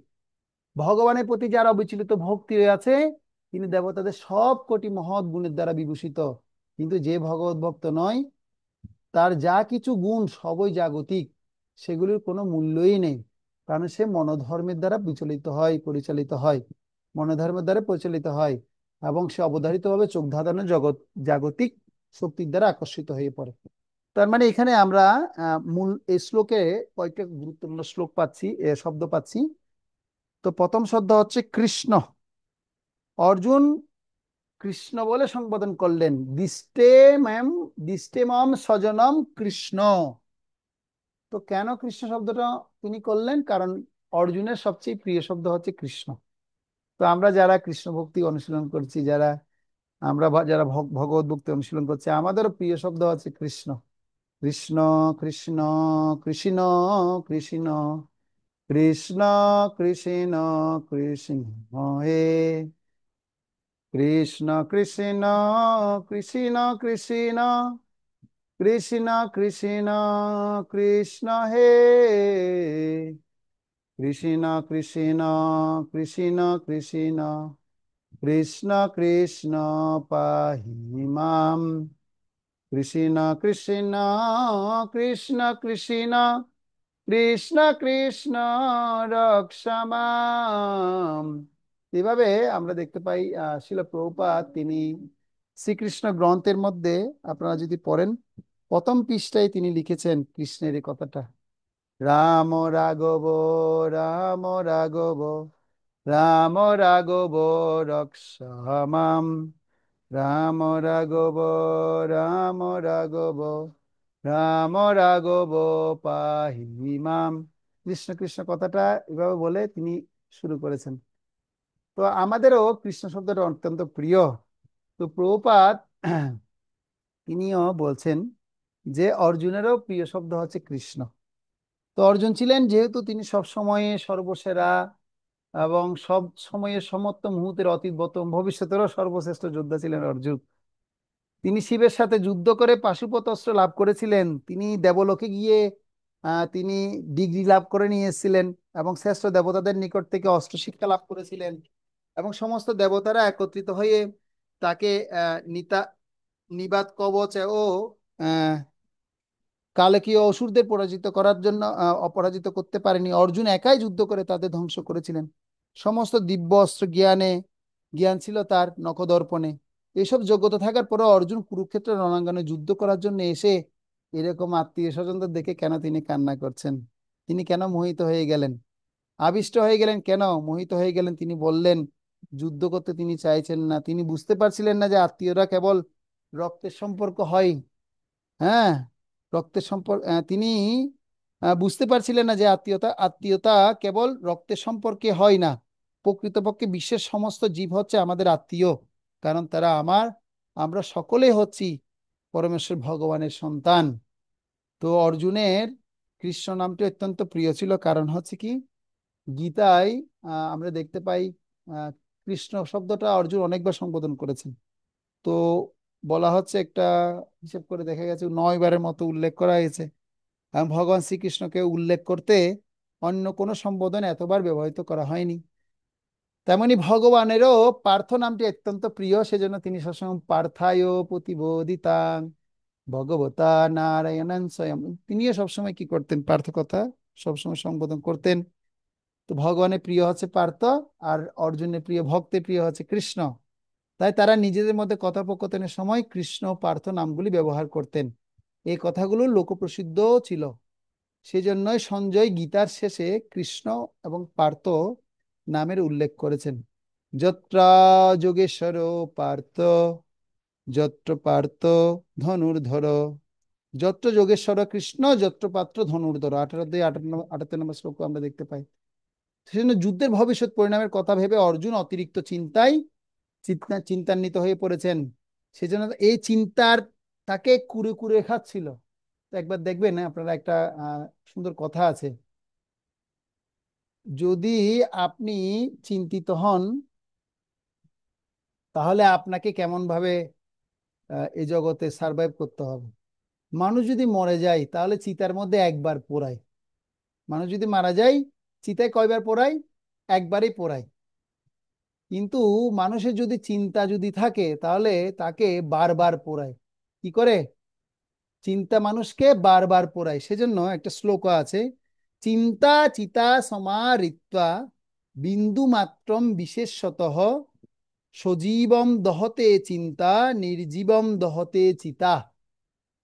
এই শ্লোকটার অর্থ হচ্ছে, চিন্তাকে চিতার সমান বলে বলা হয়েছে। কেবল একটি বিন্দুর তফাৎ, চিন্তা জীবিত ব্যক্তিকে পোড়ায় আর চিন্তা জীবিত ব্যক্তিকে কি করেন, বারবার পোড়ায়, আর চিতা মৃত ব্যক্তিকে পোড়ায়। তো এ হচ্ছে তফাৎ। তো সেজন্য এই অর্জুনের এই চিন্তা চলে এসছে, মানে চিন্তা আসার ফলে এখন তার কি কি অবস্থা হচ্ছে সে কথা আরো বলবে এখন। তো সিদ্ধস্বামী মহারাজ বলছেন, ছিল সিদ্ধস্বামী মহারাজের উক্তিতে কৃষ্ণ শব্দটি ব্যাখ্যা করে বলছে, কৃষ্ণ শব্দের ব্যাখ্যা করতে গিয়েছিল সিদ্ধস্বামী মহারাজ মহাভারতের উদ্বেগ পর্বে 71 অধ্যায়ে 4 নম্বর শ্লোকে উদ্ধৃত করে বলেছেন, কৃষি কৃষির ভূবাচক শব্দ নশ্চ নিবৃত বাচক তয় তয়োরেকম পরব্রহ্ম কৃষ্ণ ইত্য ভিদয়ে ভিদয়তে। অর্থাৎ কৃষ্ণ শব্দটি ভগবানের আকর্ষণীয় বৈশিষ্ট্য, কৃষ শব্দটি হচ্ছে ভগবানের আকর্ষণীয় বৈশিষ্ট্য, আর ন মানে হচ্ছে চিন্ময় আনন্দ। ন অক্ষরের পূর্বে কৃষ ক্রিয়াযুক্ত হয়ে কৃষ্ণ শব্দটি গঠিত হয়, যা পরব্রহ্মকে নির্দেশ করে। তো আমরা মোটামুটি তাহলে এই শ্লোক পর্যন্ত পড়লাম, আজকে আমরা 28 নম্বর শ্লোক পর্যন্ত পড়লাম। তো আরেকটা শ্লোক পড়লে আমাদের 10টা শ্লোক হয়ে যাবে আজকে। তো আমরা 29 নম্বর শ্লোকটা পড়বো, পরে আমরা আমাদের ক্লাস শেষ করবো আজকে। তো 29 নম্বর শ্লোক সবাই দেখুন। 29 নম্বর শ্লোকের সাথে সঙ্গতি হচ্ছে, অর্জুন আরো চিন্তা করে এখন বলছে তার অবস্থা কেমন হচ্ছে সেটা বলছে। বেভূতশ্চ শরীরে মে রোমহর্ষশ্চ জায়তে গান্ডিবিং সংস্রতে হস্তাৎ তক্ক চৈব পরিদজ্জতে। তো বলা হচ্ছে, কাঁপিছে শরীরে মোর সহিতে না পারি, গান্ডিব খসিয়া যায় আর কি, আর যাই কি করিয়া ধরি, জ্বলিয়া উঠিছে তক্ক মহাতাপবান, হইও না হই, না হও না বন্ধু আর আগুয়ান। আমার সরোবর শরীর কম্পিত রোমাঞ্চিত হচ্ছে, আমার হাত থেকে গান্ডিব খসে পড়েছে এবং ত্বক যেন জ্বলে যাচ্ছে। তো এখানে প্রভুপাদ খুব সুন্দর তাৎপর্য ব্যাখ্যা করছে যে শরীর কম্পন হওয়ার জন্য দুটি কারণ আছে। মানুষের শরীর দুই ভাবে কি হয়, কম্পিত হয়। তো তাৎপর্য কি বলছে একটু আমরা পড়ি, কি বলছে একটু শুনি। কে পড়বেন? ভিডিও তো যাদের অফ আছে তাদেরকে দিতে পারছি না। সন্তু, আমি পড়বো। আপনি কে? নারায়ণানন্দ নিতে দাস। হ্যাঁ পড়ুন তাহলে, আপনি পড়ুন। হরে কৃষ্ণ। তাৎপর্য: শরীরে কম্পন দেখা দেওয়ার দুইটি কারণ আছে এবং রোমাঞ্চ হওয়ারও দুইটি কারণ আছে। তার একটি হচ্ছে চিন্ময় আনন্দের অনুভূতি এবং অন্যটি হচ্ছে প্রচন্ড জড় জাগতিক ভয়। অপাকৃত অনুভূতি হলে কোনো ভয় থাকে না। অর্জুনের এই রোমাঞ্চ ও কম্পন অপাকৃত আনন্দের অনুভূতির ফলে নয়, পক্ষান্তরে জড়জাগতিক ভয়ের ফলে। এই ভয়ের উদ্রেক হয়েছিল তার আত্মীয় পরিজনদের প্রাণহানির আশঙ্কার ফলে। তার অন্যান্য লক্ষণ দেখেও আমরা তা স্পষ্টভাবে বুঝতে পারি। অর্জুন এতই অস্থির হয়ে পড়েছিলেন যে তার হাত থেকে গান্ডীব ধনু খসে পড়েছিল এবং প্রচন্ড দুঃখ তার হৃদয় দগ্ধ হবার ফলে তার ত্বক জ্বলে যাচ্ছিল। এই সমস্ত কিছুরই মূল কারণ হচ্ছে ভয়। অর্জুন এই মনে করে ভীষণভাবে ভীত হয়ে পড়েছিলেন যে তার সমস্ত আত্মীয় স্বজনেরা সেই যুদ্ধ হতে হবে এবং এই যে হারাবার ভয়, তারই বাহ্যিক প্রকাশ হচ্ছিল তার দেহের কম্পন, রোমাঞ্চ, মুখ শুকিয়ে যাওয়া, গা জ্বালা করা আদির মাধ্যমে। গভীরভাবে বিবেচনা করলে আমরা দেখতে পাই অর্জুনের এই ভয়ের কারণ হচ্ছে তিনি তার দেহটিকেই তার স্বরূপ বলে মনে করেছিলেন এবং তার দেহের সম্বন্ধে যারা তথাকথিত আত্মীয় তাদের হারাবার সুখে তিনি মোহমান হয়ে পড়েছিলেন। হরিবল। তিনি মুদ্রমান হয়ে পড়েছিলেন। তো এখন তাহলে বুদ্ধমান এখানে হয়ে আমরা, হ্যাঁ এখানে আমরা বুঝতে পারছি যে শরীর কম্পন দেওয়ার দুটি কারণের কথা এখানে মনে করা হয়েছে। তো আমরা আহ বাস্তবিকভাবে দেখতে পাই যে আমাদের শরীর কম্পন কিভাবে হয়। আপনাদের ব্যক্তিগতভাবে শরীর কম্পন হয়েছিল কখনো? ভয় পেলে কম্পন হয় না? আরে বাবা মানুষ মারা গেছে, শরীর কম্পন হয়। তো আবার অনেক সময় হরে কৃষ্ণ মহামন্ত্র দিব্য নাম জপ করতে করতে, কীর্তন করতে করতে অনেক সময় আনন্দে কম্পন হয়, হয় না? হয় কি হয় না? হয়েছে কখনো? আপনারা অনুভব করেছেন কখনো? তো কখনো আমরা চোখের কি করি, অশ্রু ফেলি, জল ফেলি। অত্যাধিক কষ্ট যখন শরীরে যখন যাতনা পায় তখনই চোখ দিয়ে জল বের হয়। আবার অনেক সময় অত্যন্ত হাসতে হাসতে হাসতে হাসতে আমরা মানে কি অত্যন্ত কি হয়ে পড়ি, বিহ্বল হয়ে পড়ি, এবং আনন্দ অশ্রু চোখ দিয়ে বের হয়, তাই না? তো শ্রী চৈতন্য মহাপ্রভুর এরকম, তিনি তার চোখ দিয়ে অশ্রু নির্গত হতো, তার আনন্দ অশ্রু নির্গত হতো। সে আনন্দ অশ্রু কোথায় থাকতো? আনন্দ অশ্রু কিন্তু প্রত্যেকেরই বের হয়, কিন্তু মহাপ্রভু যে আনন্দ অশ্রু বের হতো আর আমাদের যে আনন্দ অশ্রু বের হয় তার মধ্যে তফাৎ ছিল। তো প্রকৃত চিন্ময় আনন্দ অশ্রু বের হয় চোখের মাঝখান দিয়ে। কোন দিক দিয়ে? চোখের মাঝখান দিয়ে। মহাপ্রভু যখন দিব্য আনন্দে বিহ্বল হয়ে পড়তেন, তিনি কৃষ্ণ চেতনায় মহামগ্ন হয়ে তিনি মানে এমন চেতনা স্তরে পৌঁছে যেতেন, তার চোখ দিয়ে বলছে যে জল বের হতো, আমাদের চোখ দিয়ে তো বেয়ে বেয়ে এক ফোঁটা দু ফোঁটা পড়ে, তাই না? তো তা কোন দিক দিয়ে পড়ে? এই করুণার অংশ দিয়ে পড়ে, কোনা দিয়ে পড়ে, কোনা দিয়ে। আমাদের জল কোন দিয়ে পড়ে? কোনা দিয়ে পড়ে। চোখের জল মাঝখান দিয়ে পড়তে দেখেছেন আপনারা? যদি মাঝখান দিয়ে পড়ে তাহলে মনে করতে হবে এটা চিন্ময় আনন্দের চিন্ময় অশ্রু। তো এখন অর্জুনের যে অশ্রু, সেটা তার কোন দিক দিয়ে পড়ছে? তার এই দিক দিয়ে পড়ছে, তার ভয়ে পড়ছে। আরে বাবা, সব আমার আত্মীয় স্বজনদের সাথে আমার যুদ্ধ করতে হবে, এই পরিস্থিতি, না না, আমি এই অবস্থায় আমি কি করতে চাই না, যুদ্ধ করতে আমি চাই না, ভয়ে ভীত হয়ে গেছে। তো আমাদের ভক্তদেরও এটা বিবেচনা করা উচিত, আমাদের কখন আনন্দ আশ্রয়ে আসে, কখন আমাদের চিন্ময় অবস্থায় থাকি, আমরা কখন কম্পিত হই। বেশিরভাগ তো আমরা ভয়ে কম্পিত হই, কে এসে আমাকে মেরে দিবে। হুম। তো সেজন্য এই ভয় থেকে মুক্ত হতে গেলে শিল প্রভুপাদ বলছেন, অলওয়েজ রিমেম্বার কৃষ্ণ, কৃষ্ণ কৃষ্ণ কৃষ্ণ কৃষ্ণ কৃষ্ণ চিন্তা করো, আর কখনো কৃষ্ণকে ভুলে না যাও, নেভার ফরগেট কৃষ্ণ। তো সেজন্য অর্জুনের যে পরিস্থিতি সে সম্পর্কে প্রভুপাদ বলছে, অর্জুনের দেহ পরিবর্তন হয়েছিল, সেই রকম পরিবর্তনগুলির দুটি ক্ষেত্রে কোনো মানুষের শরীর কম্পিত হয়, ভয় বা বিপদের সময় বা আধ্যাত্মিক আনন্দের সময়। আধ্যাত্মিক আনন্দের সময় ভক্তের দেহে 8 প্রকার দৈহিক পরিবর্তন হয়, যেগুলিকে বলা হয় অষ্টসাত্ত্বিক বিকার। আমাদের দেহে নানা প্রকার শক্তি সঞ্চিত হয়েছে, মন বুদ্ধিও বিভিন্নভাবে কার্য করে, তখন সে শক্তিগুলোর প্রকাশ ঘটে। সেগুলি মন ও বুদ্ধি থেকে নির্গত হয়। সেখানে আত্মা রয়েছে, ও মন ও বুদ্ধি দৈহিক লক্ষণগুলোর জন্য পরিস্থিতি সৃষ্টি করে। দৈহিক লক্ষণগুলো কার্য করছে মনের কারণে, এবং মন কার্য করছে বুদ্ধির বৃদ্ধির কারণে, আর বুদ্ধি কার্য করছে আত্মার কারণে। পৃথিবীতে কোটি কোটি মানুষ রয়েছে, কিন্তু কারোর সাথে কারোর মিল কিন্তু নেই। মুখ ও সবকিছুই হচ্ছে ভিন্ন, কারণ প্রত্যেক ব্যক্তির বাসনা হচ্ছে ভিন্ন ভিন্ন। মুখায়বব, দৈহিক গঠন সবকিছুই মন অনুসারে গঠিত হয়। মৃত্যুর সময় মন সেসব সংস্কারের জন্য সংস্কারকে অন্য কোনো দেহে বহন করে নিয়ে যায়। অন্তকালে চ মামেব স্মরণামুক্ত কলেবরম। অন্তিম সময়ে যে যে ভাব নিয়ে আপনি দেহত্যাগ করবেন, পরবর্তীতে সে সে ভাবে আপনি ভাবিত তত্ত্বকে প্রাপ্ত হবেন।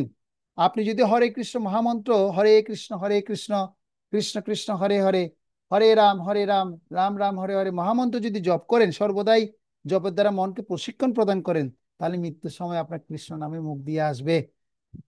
অ্যাক্সিডেন্ট হলে সাথে সাথে মুখ দিয়ে কৃষ্ণ আসবে, হে কৃষ্ণ, ও বাবা, ও মা, ও গো, ও, এই ধরনের শব্দ আসবে না।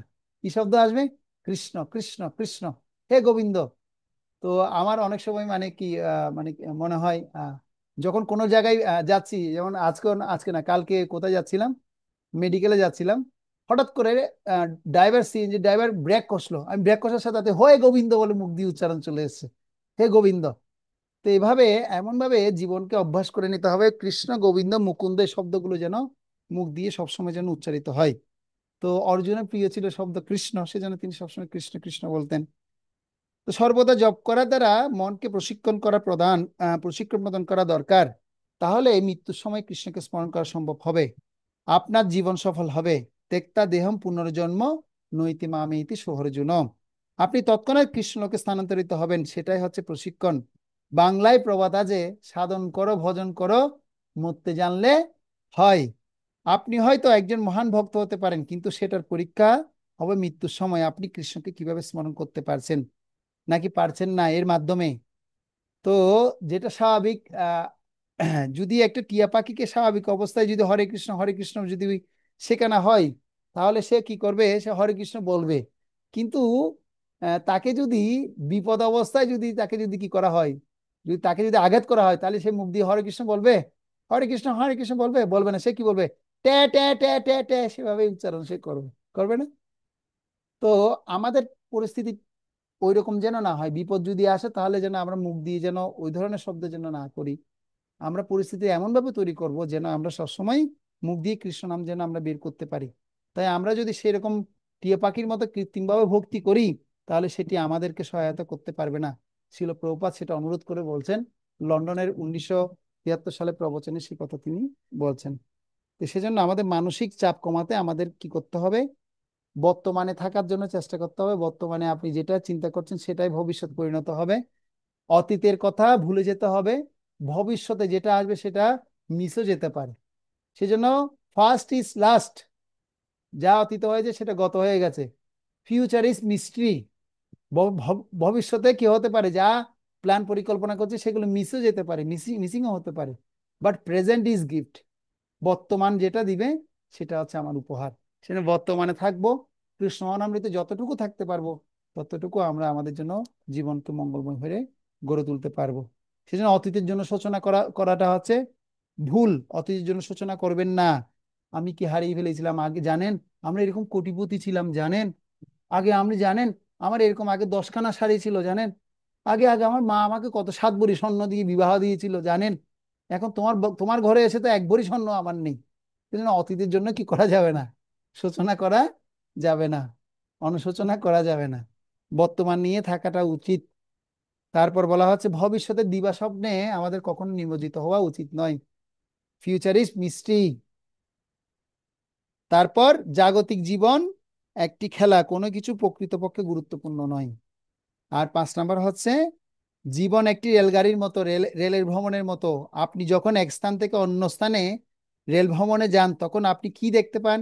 দেখবেন সেখানে কখনো একটা রেলগাড়িতে, আপনি ইন্ডিয়ান ট্রেনে যদি বিশেষ করে উঠেন, দেখবেন এসি কামরা আছে, তারপর হচ্ছে আপনার first tier, second tier, third tier, sleeper, আবার জেনারেল বগিও আছে।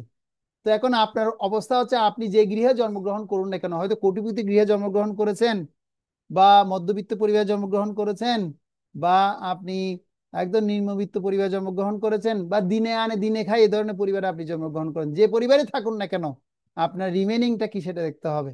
আপনার চিন্তাটা কি, আপনি কাজটা কি করছেন সেটা হচ্ছে গুরুত্বপূর্ণ। আপনি কি কোটিপতি হয়ে যদি কৃষ্ণকে ভুলে যান, তাহলে সে কোটিপতি হওয়ার কি মূল্য রইল? আর আপনি যদি মুচি হয়ে মুচি গৃহে যদি জন্মগ্রহণ করে যদি কৃষ্ণকে স্মরণ করতে পারেন, তাহলে তো আপনি সূচির মতো, ব্রাহ্মণের মতোই আপনি অবস্থান করতে পারেন। এটা হচ্ছে মুখ্য বিষয়। এই বিষয়টা আমাদের প্রত্যেকেরই ধারণা রাখা উচিত। অনেক সময় আমাদের ভক্তদের মধ্যে দেখা যায় কি, ভক্তরা যদি একটু আর্থিক অবস্থা যদি কষ্ট হয়, তখন তারা ভগবান কৃষ্ণকে দোষারোপ করতে শুরু করে। তো এই ধরনের কখনো যেন আমরা না করি, সেটা যেন আমরা সেটাই সিদ্ধান্তে যেন অটল থাকি। সেজন্য মিথ্যা অহংকার বর্জন করা উচিত। মিথ্যা অহংকার কি? অহংকার মানে অহং মম, মানে যার অর্থ হলো আমি এবং আমার নিয়ে যেন আমরা সবসময় না ভাবি। কৃষ্ণের সংসার করো ছাড়ি অনাচার, জীবে দয়া কৃষ্ণ নাম সর্বধর্ম সার। ধন জন গৃহদ্বার তোমার বলিয়া, রক্ষা করি আমি মাত্র সেবক হইয়া।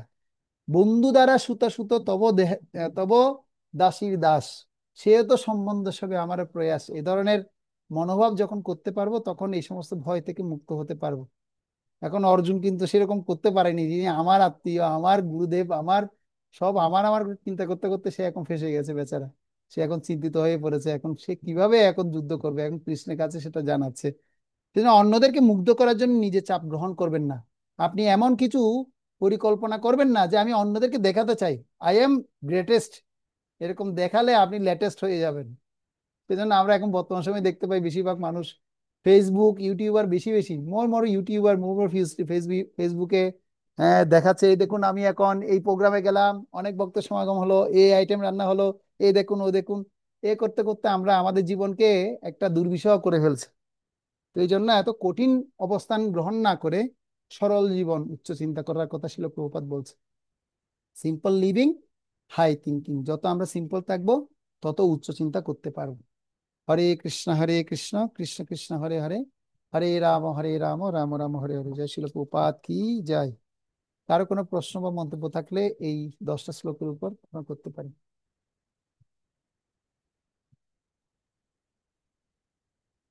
কারো কোনো প্রশ্ন আছে আজকের আলোচনায়? তো আজকে শুভ একাদশী, সবার একাদশী প্রণাম রইল। বাঞ্ছা কল্পতরুশ্চ কৃপা সিন্ধুভ্যেব চ পতিতানাং পাবনেভ্যো বৈষ্ণবেভ্যো নমো নমঃ। ধন্যবাদ সকলকে। আগামী শুক্রবার সকালবেলা আপনাদের সাথে দেখা হবে। হরে কৃষ্ণ।